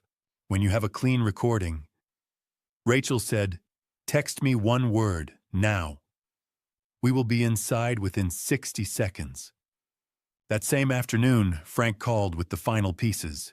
"Graham," he said, "remember Neil's parents, Robert and Susan Cross?" "Yes," I said. "They visited the estate, seemed very convincing." "They are actors," Frank said. "Retired theater performers from Vancouver. Their real names are Robert and Susan Palmer, both 63. Neil paid them $5,000 18 months ago through a payment listed as Palmer Entertainment Services. Robert thought it was a fun weekend gig, playing parents for a friend's family event. He had no idea it was part of a fraud scheme. When I contacted him yesterday, he was horrified. He is willing to testify." I sat down slowly. Even the parents had been fake. Every piece of Nathan Cross's life had been constructed, rehearsed, performed. "There is more," Frank said. "I ran a DNA analysis. Vanessa Cole and Neil Carmichael. I cross-referenced their profiles through public genealogy databases. I waited. They share paternal DNA, Frank said. They are half-siblings. Same father, different mothers." The room seemed to tilt. "What?" "Their father was Patrick Carmichael, wealthy businessman. Passed away in 2013. Left everything to his wife and 2 legitimate sons. Neil and Vanessa were his illegitimate children. Neither of them was mentioned in the will. They met through DNA matching in 2015. 9 years ago. They bonded over being abandoned by their father's wealthy family. I understood immediately. This was not just about money. This was revenge. They were punishing wealthy families with perfect facades to compensate for what they had been denied. They were targeting families like the one that had abandoned them. "They are not just stealing," I said quietly. "They are punishing people who have what they never had." "It's exactly," Frank said. "Families with money, families with legacy, families that look perfect from the outside. Every target fits the profile." On Friday, 6 days before the rehearsal dinner, Jessica Morrison came to the estate. Claire's best friend since college. She had been helping with wedding preparations. She pulled me aside into the garden away from the house, her face tight with guilt. "Mr. Fletcher," she said, "I need to tell you something. I should have said it months ago." I waited. "I saw things," Jess said. "About Nathan, red flags, the way he used his phone, always stepping away for calls, business trips that were never quite explained, questions about your family, about the estate, about assets, stories that did not line up. I asked Claire once. She said I was being paranoid. So I stopped asking. "You are telling me now," I said. "That takes courage." "I feel like I failed her," Jess said, her voice breaking. "I should have pushed harder. You saw the truth," I told her. "And now you are speaking up. That is what matters." She nodded, wiping her eyes. What can I do? Be there tomorrow night, I said. At the rehearsal dinner. Sit with Claire. She is going to need you when this is over. That afternoon, I drove to Portland and met Rachel Torres in person at the FBI field office. She was in her mid-40s, sharp-eyed, precise in every word. We reviewed the plan one more time. The rehearsal dinner would begin at 7 o'clock Saturday evening. Cascade Ridge Resort. 42 guests.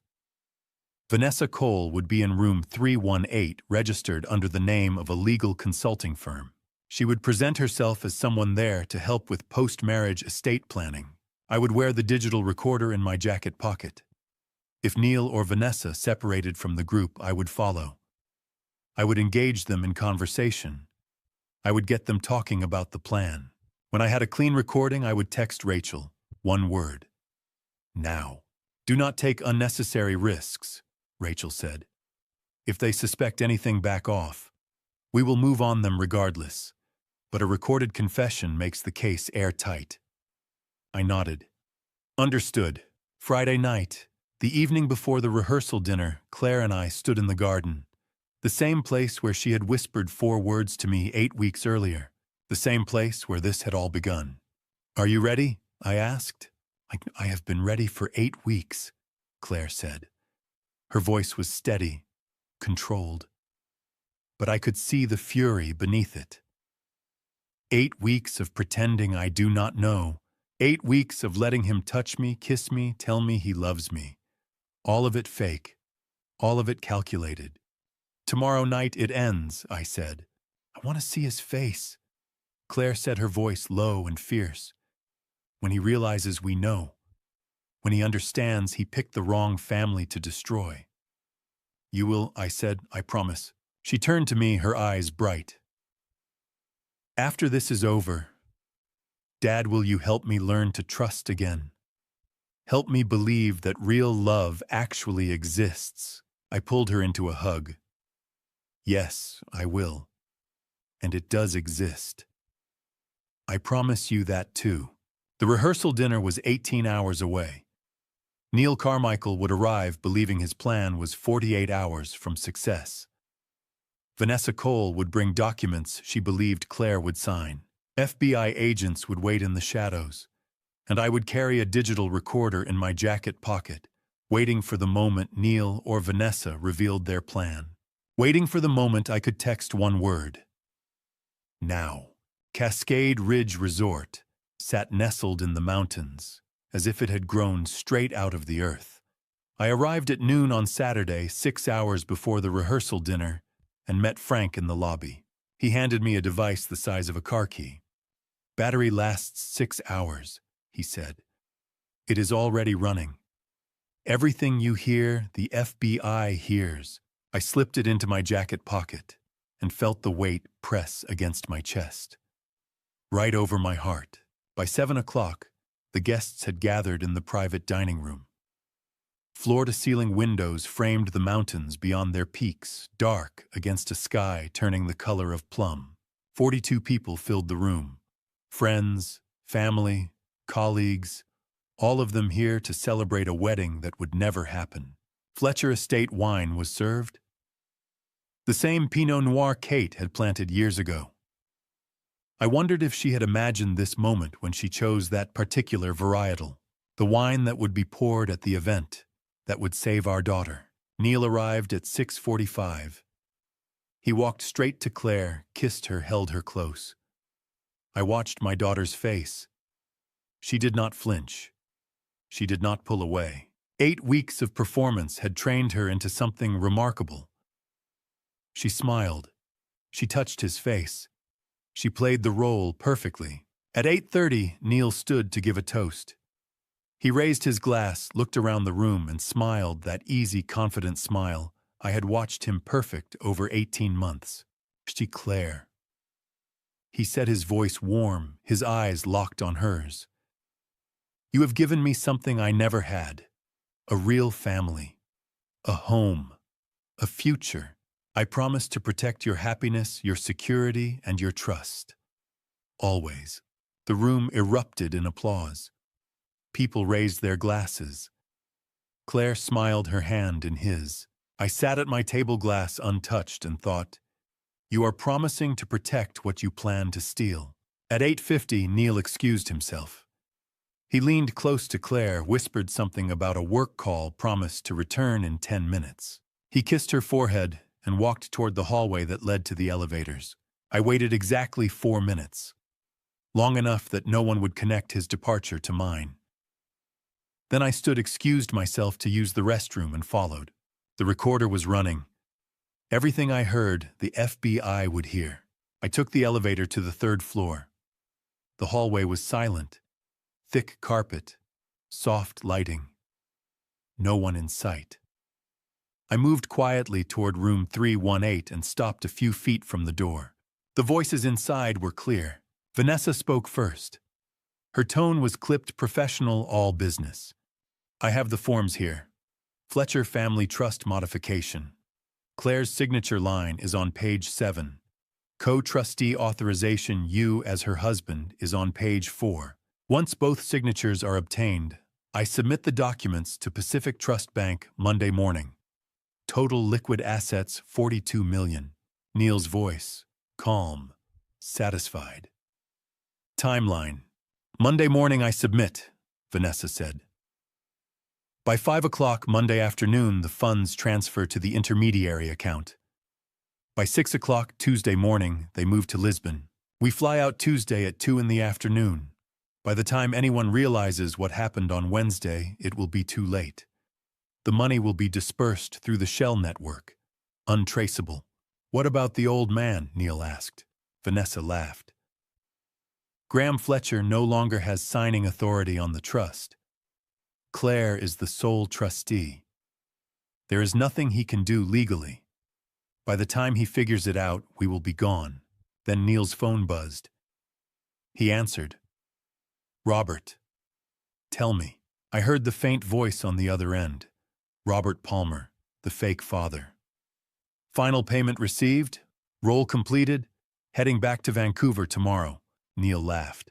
A cold, amused sound. You two played devoted parents perfectly. Oscar-worthy performance. He ended the call. Vanessa spoke again. Once this is done, we disappear. New identities. $42 million to split. Retirement. And after all these years, Neil said quietly, finally, I had everything.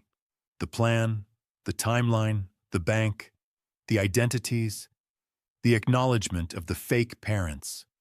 The FBI had heard every word. I pulled out my phone and texted Claire. 3 words. Room 318, now. 90 seconds later, Claire and Jess appeared at the end of the hallway. They moved quickly, silently, and stopped beside me. I held a finger to my lips. The 3 of us stood outside the door, listening. Vanessa was speaking again. After Claire signs tomorrow, we move fast. No hesitation, no second guessing. We have done this before. We know how it works. The difference is, Neil said, this one is personal. Fletcher thought he was so careful. Thought he was watching me. He had no idea. Claire's face went rigid. Fury, pain, betrayal. But beneath it all, determination. She looked at me, her eyes blazing, and nodded once. Do it, Dad. I had everything on the recorder. The FBI had it too. This was the moment. Text, 1 word. Now. Agents would rush in, clean arrest, case closed. But something stopped me. Maybe it was the father in me. The part that wanted to see Neil's face when he realized the truth. When he understood that the man whose daughter he had targeted was standing on the other side of the door holding evidence that would destroy him. Maybe it was 38 years of closing deals. Knowing that the final moment, the unmasking, was as important as the evidence itself. Or maybe it was Kate's voice, clear as it had ever been. He needs to know he is caught. He needs to understand he picked the wrong family. I looked at my daughter standing beside me. 8 weeks of performance were over. 8 weeks of rage were about to be released. She had endured every lie, every touch, every false promise. She had carried the weight of knowing alone for months, and now she was here ready to watch the man who had tried to destroy her learn that he had failed. I knocked on the door. Before that door opens, type truth in the comments to show me you're still here for the climax. What happens next is the moment we've been building toward. Please note, the confrontation ahead includes some dramatized elements for impact. If you'd rather not continue, you're welcome to stop here and find another story that better fits your preference. I sent the text. One word. Now. Within 90 seconds, Agent Rachel Torres appeared at the end of the hallway, Frank Dalton, beside her 2 additional FBI agents flanking them. They moved quickly, silently. Rachel nodded once at me, then gestured toward the door. We entered together. Neil and Vanessa were standing near the desk, documents spread across the surface mid-conversation. They froze when the door opened. Neil turned, his expression shifting from surprise to calculation in a heartbeat. I stepped forward, the recorder still running in my pocket, and looked at the man who had spent 18 months trying to destroy my daughter. "Who are you really?" I asked. For a long moment, Neil said nothing. He looked at me, then at the FBI agents, then at Claire standing in the doorway. His face changed. The easy charm, the polished confidence, the perfect smile, all of it disappeared.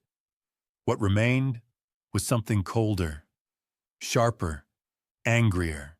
"You want to know who I am," he said quietly. "Fine. My name is Aaron Pritchard. 15 years ago, I was a junior analyst at your firm." The room went silent. I stared at him, searching my memory. Then it came back. A young man, ambitious, impatient, too eager to prove himself. "You fired me," Aaron said, his voice steady. His eyes locked on mine. "You found out I was using stolen client data to try insider trades. You called me into your office, told me I had violated every principle of the profession, and terminated me on the spot. No reference. No second chance. You destroyed my career before it even started." I remembered now. The investigation, the evidence, the decision. I had done what any responsible banker would do. "You broke the law," I said evenly. "You stole confidential information. I did what was necessary." "You ruined my life," Aaron said, his voice rising. "I could not get another job in finance. No firm would touch me. My mother had invested her savings with me. Small accounts, retirement funds. When I lost everything, she lost everything. 6 months later, she took her own life. Medication overdose. She left a note saying she could not live with the shame. I felt the air leave my lungs. His mother. I had never known. I had never followed up on what happened to Aaron Pritchard after the termination. "So I changed my name," Aaron continued. "Took my father's surname. Carmichael, Patrick Carmichael. The man who abandoned my mother when I was 8 years old. The man who left us with nothing while he built a fortune with his legitimate family. I became Neil Carmichael, and I spent 15 years planning how to make you feel what I felt. How to take everything from you the way you took everything from me." Vanessa stepped forward, her face hard. "We are half-siblings. Same father, different mothers. Patrick left both of us behind. We found each other through DNA matching 9 years ago. We bonded over being thrown away by people who had everything." Aaron looked at Claire. His expression twisted with something close to satisfaction. "Your father destroyed my family. So I decided to destroy his. I was going to marry you, steal everything he built, and disappear. And he would have spent the rest of his life knowing he could not protect you. Just like I could not protect my mother." Rachel Torres stepped forward, her badge raised. "Aaron Pritchard, also known as Neil Carmichael, also known as Nathan Cross. You are under arrest for conspiracy to commit wire fraud, identity theft, and attempted grand larceny. Vanessa Cole, you are under arrest as an accomplice to the same charges." 2 agents moved forward with handcuffs. Aaron did not resist. Vanessa said nothing. They were cuffed, read their rights, and led toward the door. Frank collected the evidence, the documents, the laptop, the trust modification forms. The recorder in my pocket had captured everything. It was over, but Aaron turned back as they reached the door.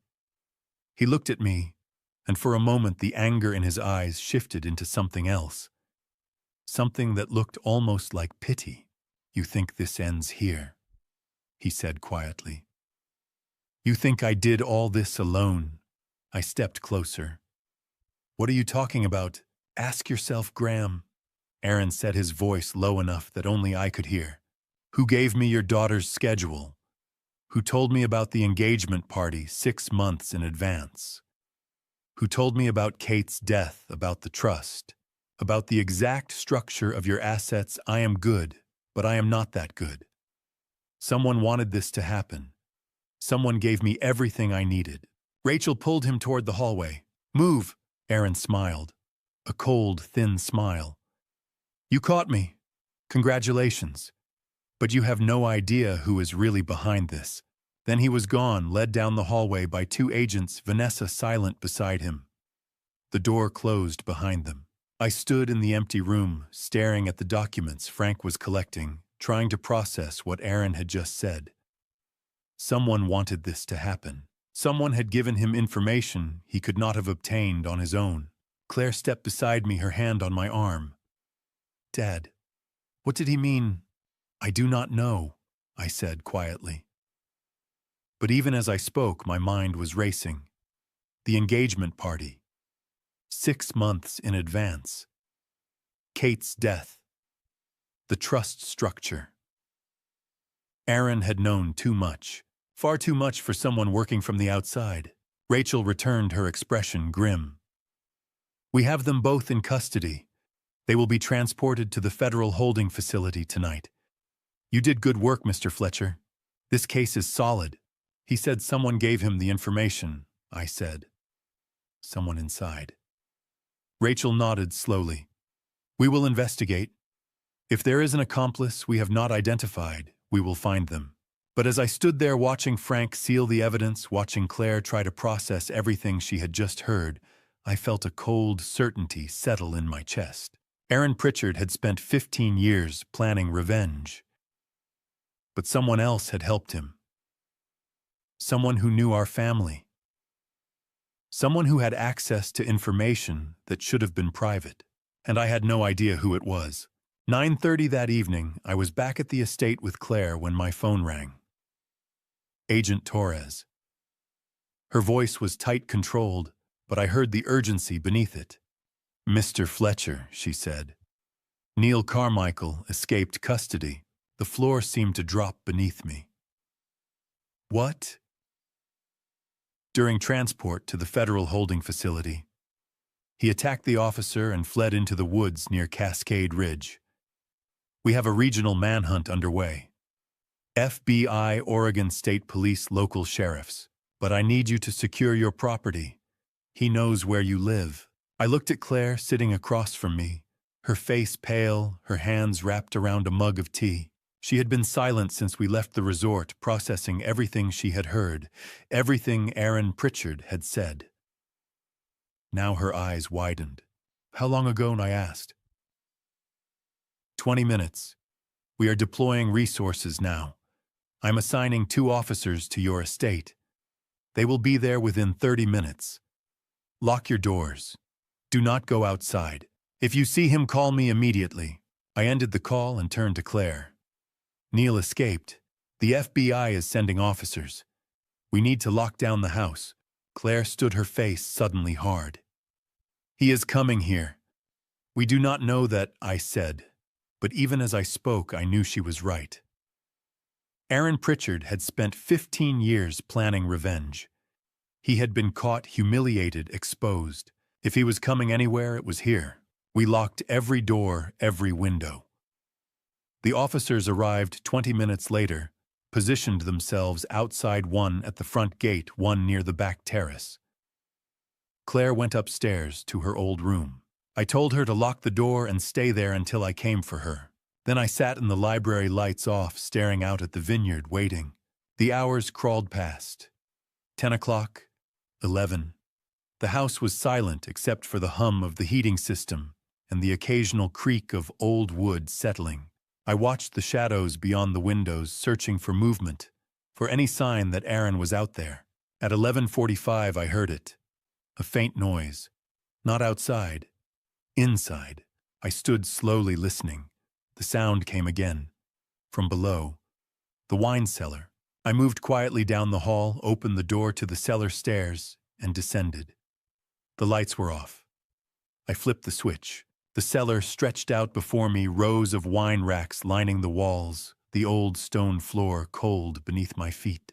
At the far end, near the storage room where I kept estate files in a small safe, I saw movement. Aaron Pritchard stepped out from behind the racks. His shirt was torn. His face was scratched, streaked with dirt. His hands were shaking. He looked like a man who had run through miles of forest, with nothing but desperation driving him forward. "Stay back," he said, his voice hoarse. I did not move.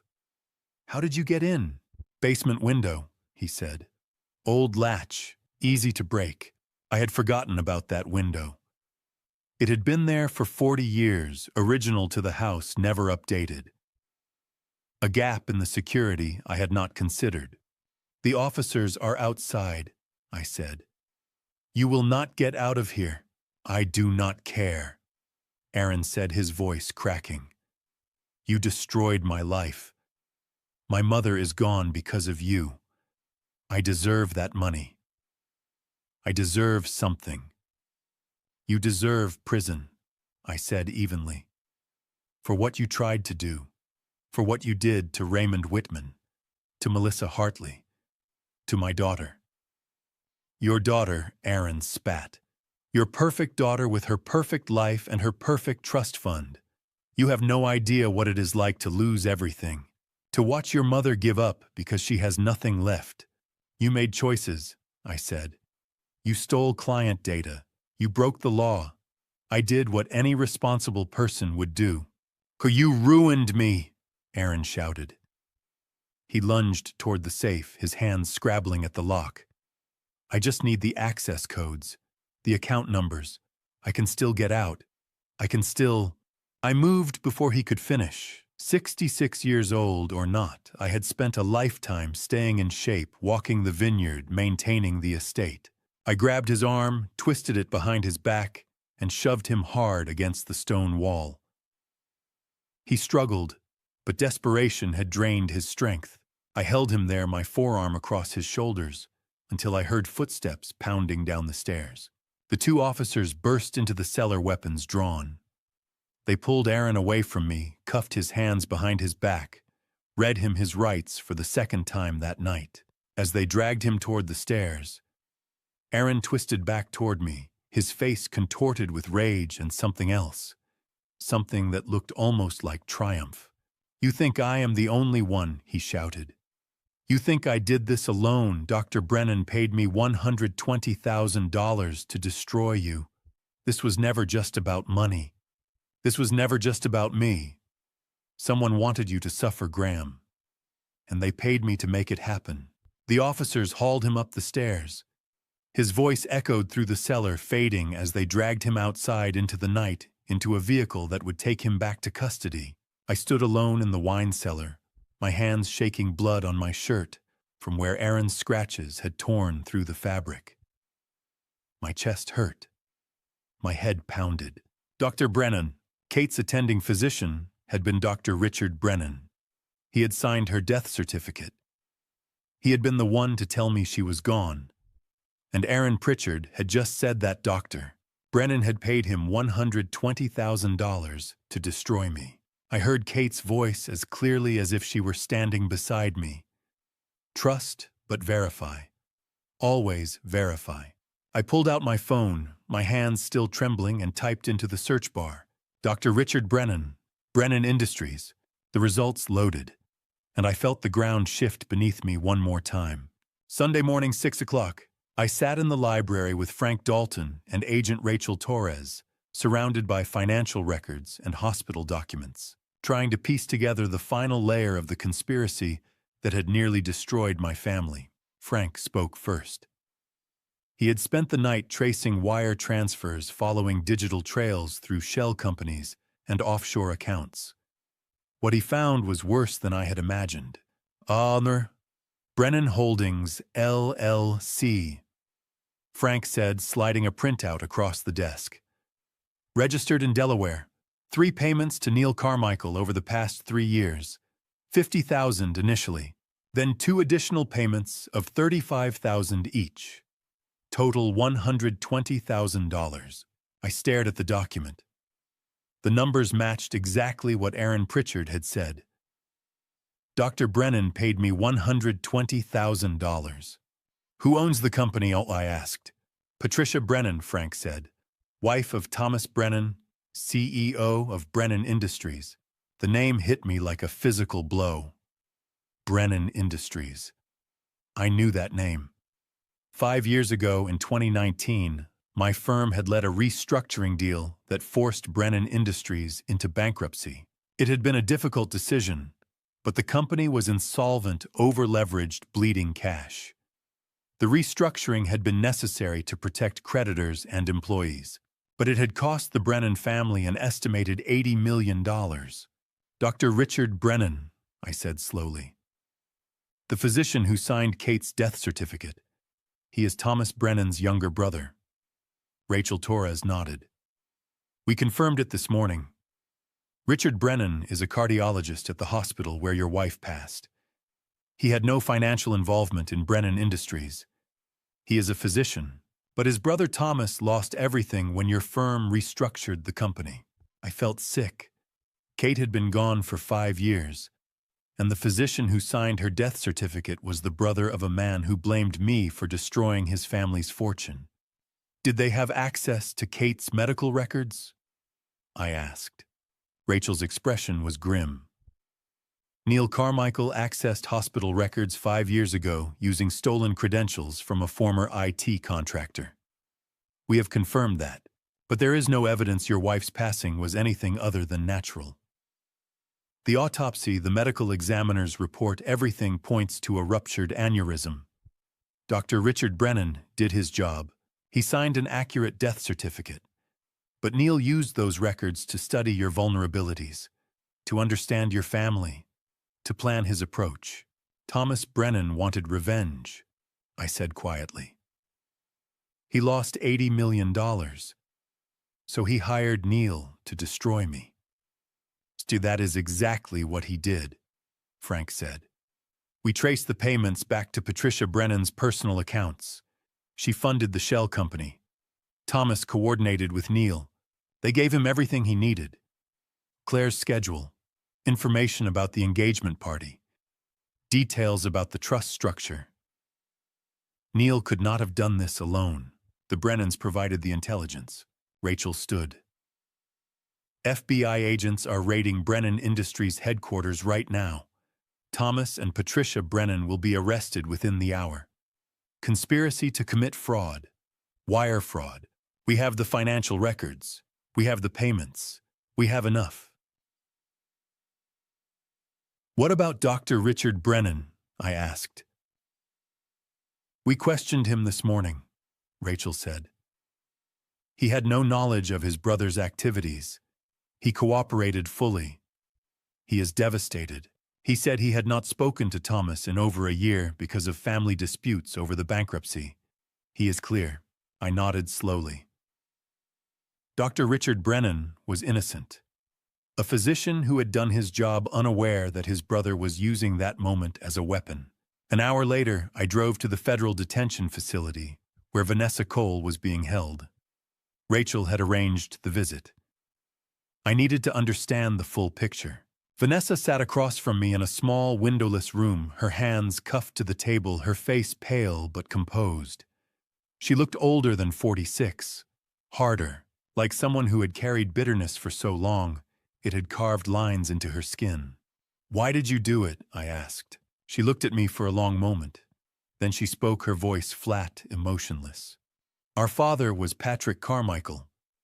He abandoned my mother when I was 6 years old. Then he abandoned Neil's mother when Neil was 8. Both of our mothers struggled. Mine passed away from health complications when I was 22. She worked 3 jobs. She never had anything. Patrick left us with nothing while he built a fortune with his legitimate family. When he passed in 2013, he left everything to them. Neil and I were not even mentioned in the will. You found each other through DNA testing, I said. 9 years ago, Vanessa said. 2015. We bonded over being thrown away, over watching people who had everything while we had nothing, so we decided to take it, from families like the one that abandoned us. Families with money, with legacy, with perfect lives. You targeted innocent people, I said. Innocent! Vanessa laughed bitterly. Your family had $42 million. Raymond Whitman had millions. The Hartleys had 90 million. They never struggled. They never went without. They never watched their mothers work themselves into the ground for nothing. So you decided to destroy them. We decided to take what we were owed, Vanessa said. Neil hated you for firing him. I hated you because you represented everything we never had. Security, love, legacy. You had it all. And we had nothing. I stood. There was nothing more to say. Vanessa Cole and Aaron Pritchard had spent years building a life around resentment and revenge. They had turned their pain into a weapon and aimed it at anyone who reminded them of what they had lost. As I left the detention center, Agent Torres met me outside. She handed me a single piece of paper, a handwritten note. Thomas Brennan's confession, she said. He wrote it this morning after we arrested him. I unfolded the paper and read, I hired Neil Carmichael to make Graham Fletcher feel the pain of losing everything the way we lost everything. He destroyed my family. I wanted him to know what that felt like. I stood in the parking lot holding the note, staring at Thomas Brennan's handwriting. A man I had never met. A man whose company I had restructured because it was insolvent. A man who had turned that business decision into a personal vendetta and paid someone $120,000 to destroy my daughter's life. I whispered to the empty air, Kate, I am sorry. I should have seen this coming. But she was not there. She had not been there for 5 years, and I had to finish this alone. August 2025, 8 months after the arrests. I stood in the garden where Kate's chair had once been, looking out at the vineyard she had planted the rows of Pinot Noir she had chosen, because she believed they would produce our finest vintage. She had been right. The harvest that summer was the best we had ever seen. The legal outcomes had come in waves between March and July. Neil Carmichael, also known as Aaron Pritchard, was sentenced to 15 years in federal prison for fraud, identity theft, conspiracy, and assault on a law enforcement officer. Vanessa Cole received 8 years for conspiracy, fraud, and forgery. Thomas and Patricia Brennan each received 5 years for conspiracy to commit fraud and wire fraud. Dr. Richard Brennan was fully exonerated. He had no knowledge of his brother's schemes and had cooperated completely with investigators. He sent me a private letter in April apologizing for his family's actions, expressing grief over what his brother had done. I wrote back. I told him he bore no responsibility for choices he had not made. In May, Allison Whitman called. She had traveled from Boston to attend Neil's sentencing. She sat in the courtroom and watched the man who had destroyed her father finally face consequences for what he had done. Mr. Fletcher, she said, her voice steady and clear, you gave my father justice. I never thought I would see this day. Raymond Whitman's case had been reopened. Allison received partial restitution from the seized Brennan accounts. It would not bring her father back. But it was something, a recognition that what had been taken mattered, that he had mattered. Your father was a good man, I told her. He loved you, and he would be proud of the person you became. She thanked me. We promised to stay in touch. And I knew that somewhere in some way Raymond Whitman's memory had been honored. Claire's healing had taken 8 months. I watched her move through it in stages, each one harder than the last, each one necessary. The first month she took medical leave from work and stayed at the estate. She attended therapy twice a week. She did not talk much. She walked the vineyard in the mornings, sat in the library in the afternoons, and tried to piece together how she had been so completely deceived. By the second and third months, she was running again. Early mornings through the vineyard trails, pushing herself until the physical exhaustion drowned out the noise in her head. She reconnected with Jessica Morrison and other friends she had pulled away from during the months with Nathan. She began to rebuild what had been fractured. In April, she returned to work part-time. She led a quality improvement project at the hospital, something she had wanted to do for years but had never found the time. She threw herself into it, and slowly, I saw her begin to believe in herself again. In May, she took a solo trip to Vancouver Island. She spent a week hiking, journaling, rediscovering what it meant to be alone without being lonely. When she came back, she looked lighter, more herself. By June, she was working full-time again. And by summer, she had begun dating, carefully, cautiously, but with a quiet confidence I had not seen in a long time. Last week, she brought someone to the estate. His name was Michael, 36 years old, an environmental engineer working on watershed restoration projects in Oregon. He was thoughtful, quiet, genuine, in a way that felt effortless rather than performed. I had asked Frank Dalton quietly to verify his background. Old habits. Frank had called back within a day. Clean record, stable career, no red flags, everything checked out. But more than that, I watched the way Michael listened to Claire. The way he asked questions without trying to steer the answers. The way he laughed at her jokes without trying to outshine her. He had the qualities Neil Carmichael had only pretended to possess. Patience, honesty, humility. Claire caught me watching them during lunch. She smiled, squeezed my hand, and said, "I'm okay, Dad." I really am, and I believed her. I had kept both of Kate's promises. I had stopped working 7 days a week. I retired fully in June, handed over my remaining consulting contracts, and walked away from a career I had built over 38 years. And I had trusted, but verified. I had listened to my instincts, investigated when something felt wrong, and protected my daughter when she needed me most. The lesson was not cynicism, it was discernment. Love and trust are not weaknesses, but they must be protected by vigilance, by paying attention, by refusing to ignore the quiet warnings that instinct provides. Neil Carmichael had destroyed lives. Raymond Whitman, his own mother, Melissa Hartley, and he had tried to destroy Claire. The Brennans had destroyed their own legacy in pursuit of revenge. All of it, every bit of it, because people chose bitterness over healing, retaliation over forgiveness. But we had chosen differently. We had chosen to protect what mattered. And that had made all the difference. That evening, I walked through the vineyard at sunset. The light turned the hills gold, the grapevines deep green, the sky the color of plum. I walked the rows Kate had planted, the Pinot Noir she had chosen, because she believed it would be the best we ever grew. Claire joined me halfway through the walk. She slipped her arm through mine and told me Michael would be coming for dinner next weekend. A family dinner. She wanted me to get to know him better. I smiled. I told her I looked forward to it. And I meant it.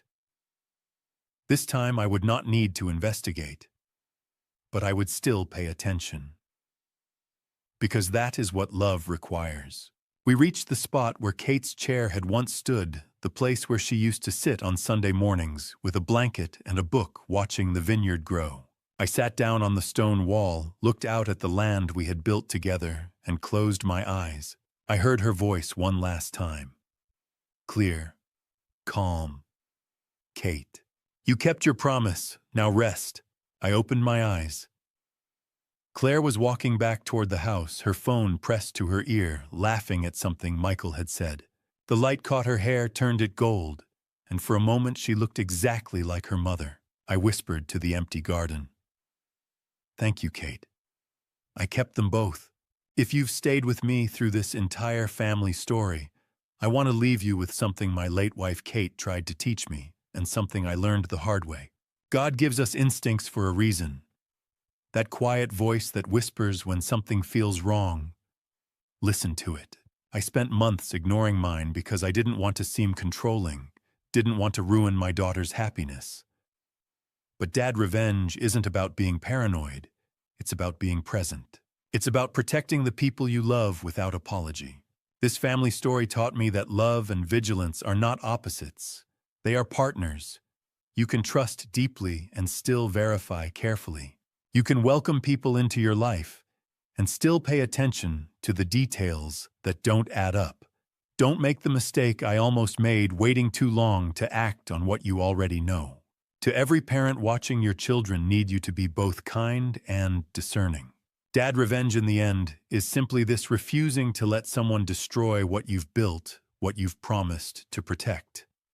It's not about control, it's about courage. Sometimes dad revenge means standing guard over your family's future, even when the threat wears a perfect smile. And to the Allison Whitmans of the world still searching for justice, your fight matters. Your father's memory matters. Keep going. If this family story resonated with you, please leave a comment below sharing your thoughts. Have you ever had to trust your instincts when everyone else told you to ignore them? Subscribe to this channel for more stories that matter, and share this with someone who needs to hear it. Your engagement helps these lessons reach the families who need them most. Thank you for listening all the way to the end. I'm grateful you were here. A final note. This narrative contains fictionalized elements crafted for educational purposes. If this content doesn't suit your preferences, please feel free to explore other stories that better align with your interests.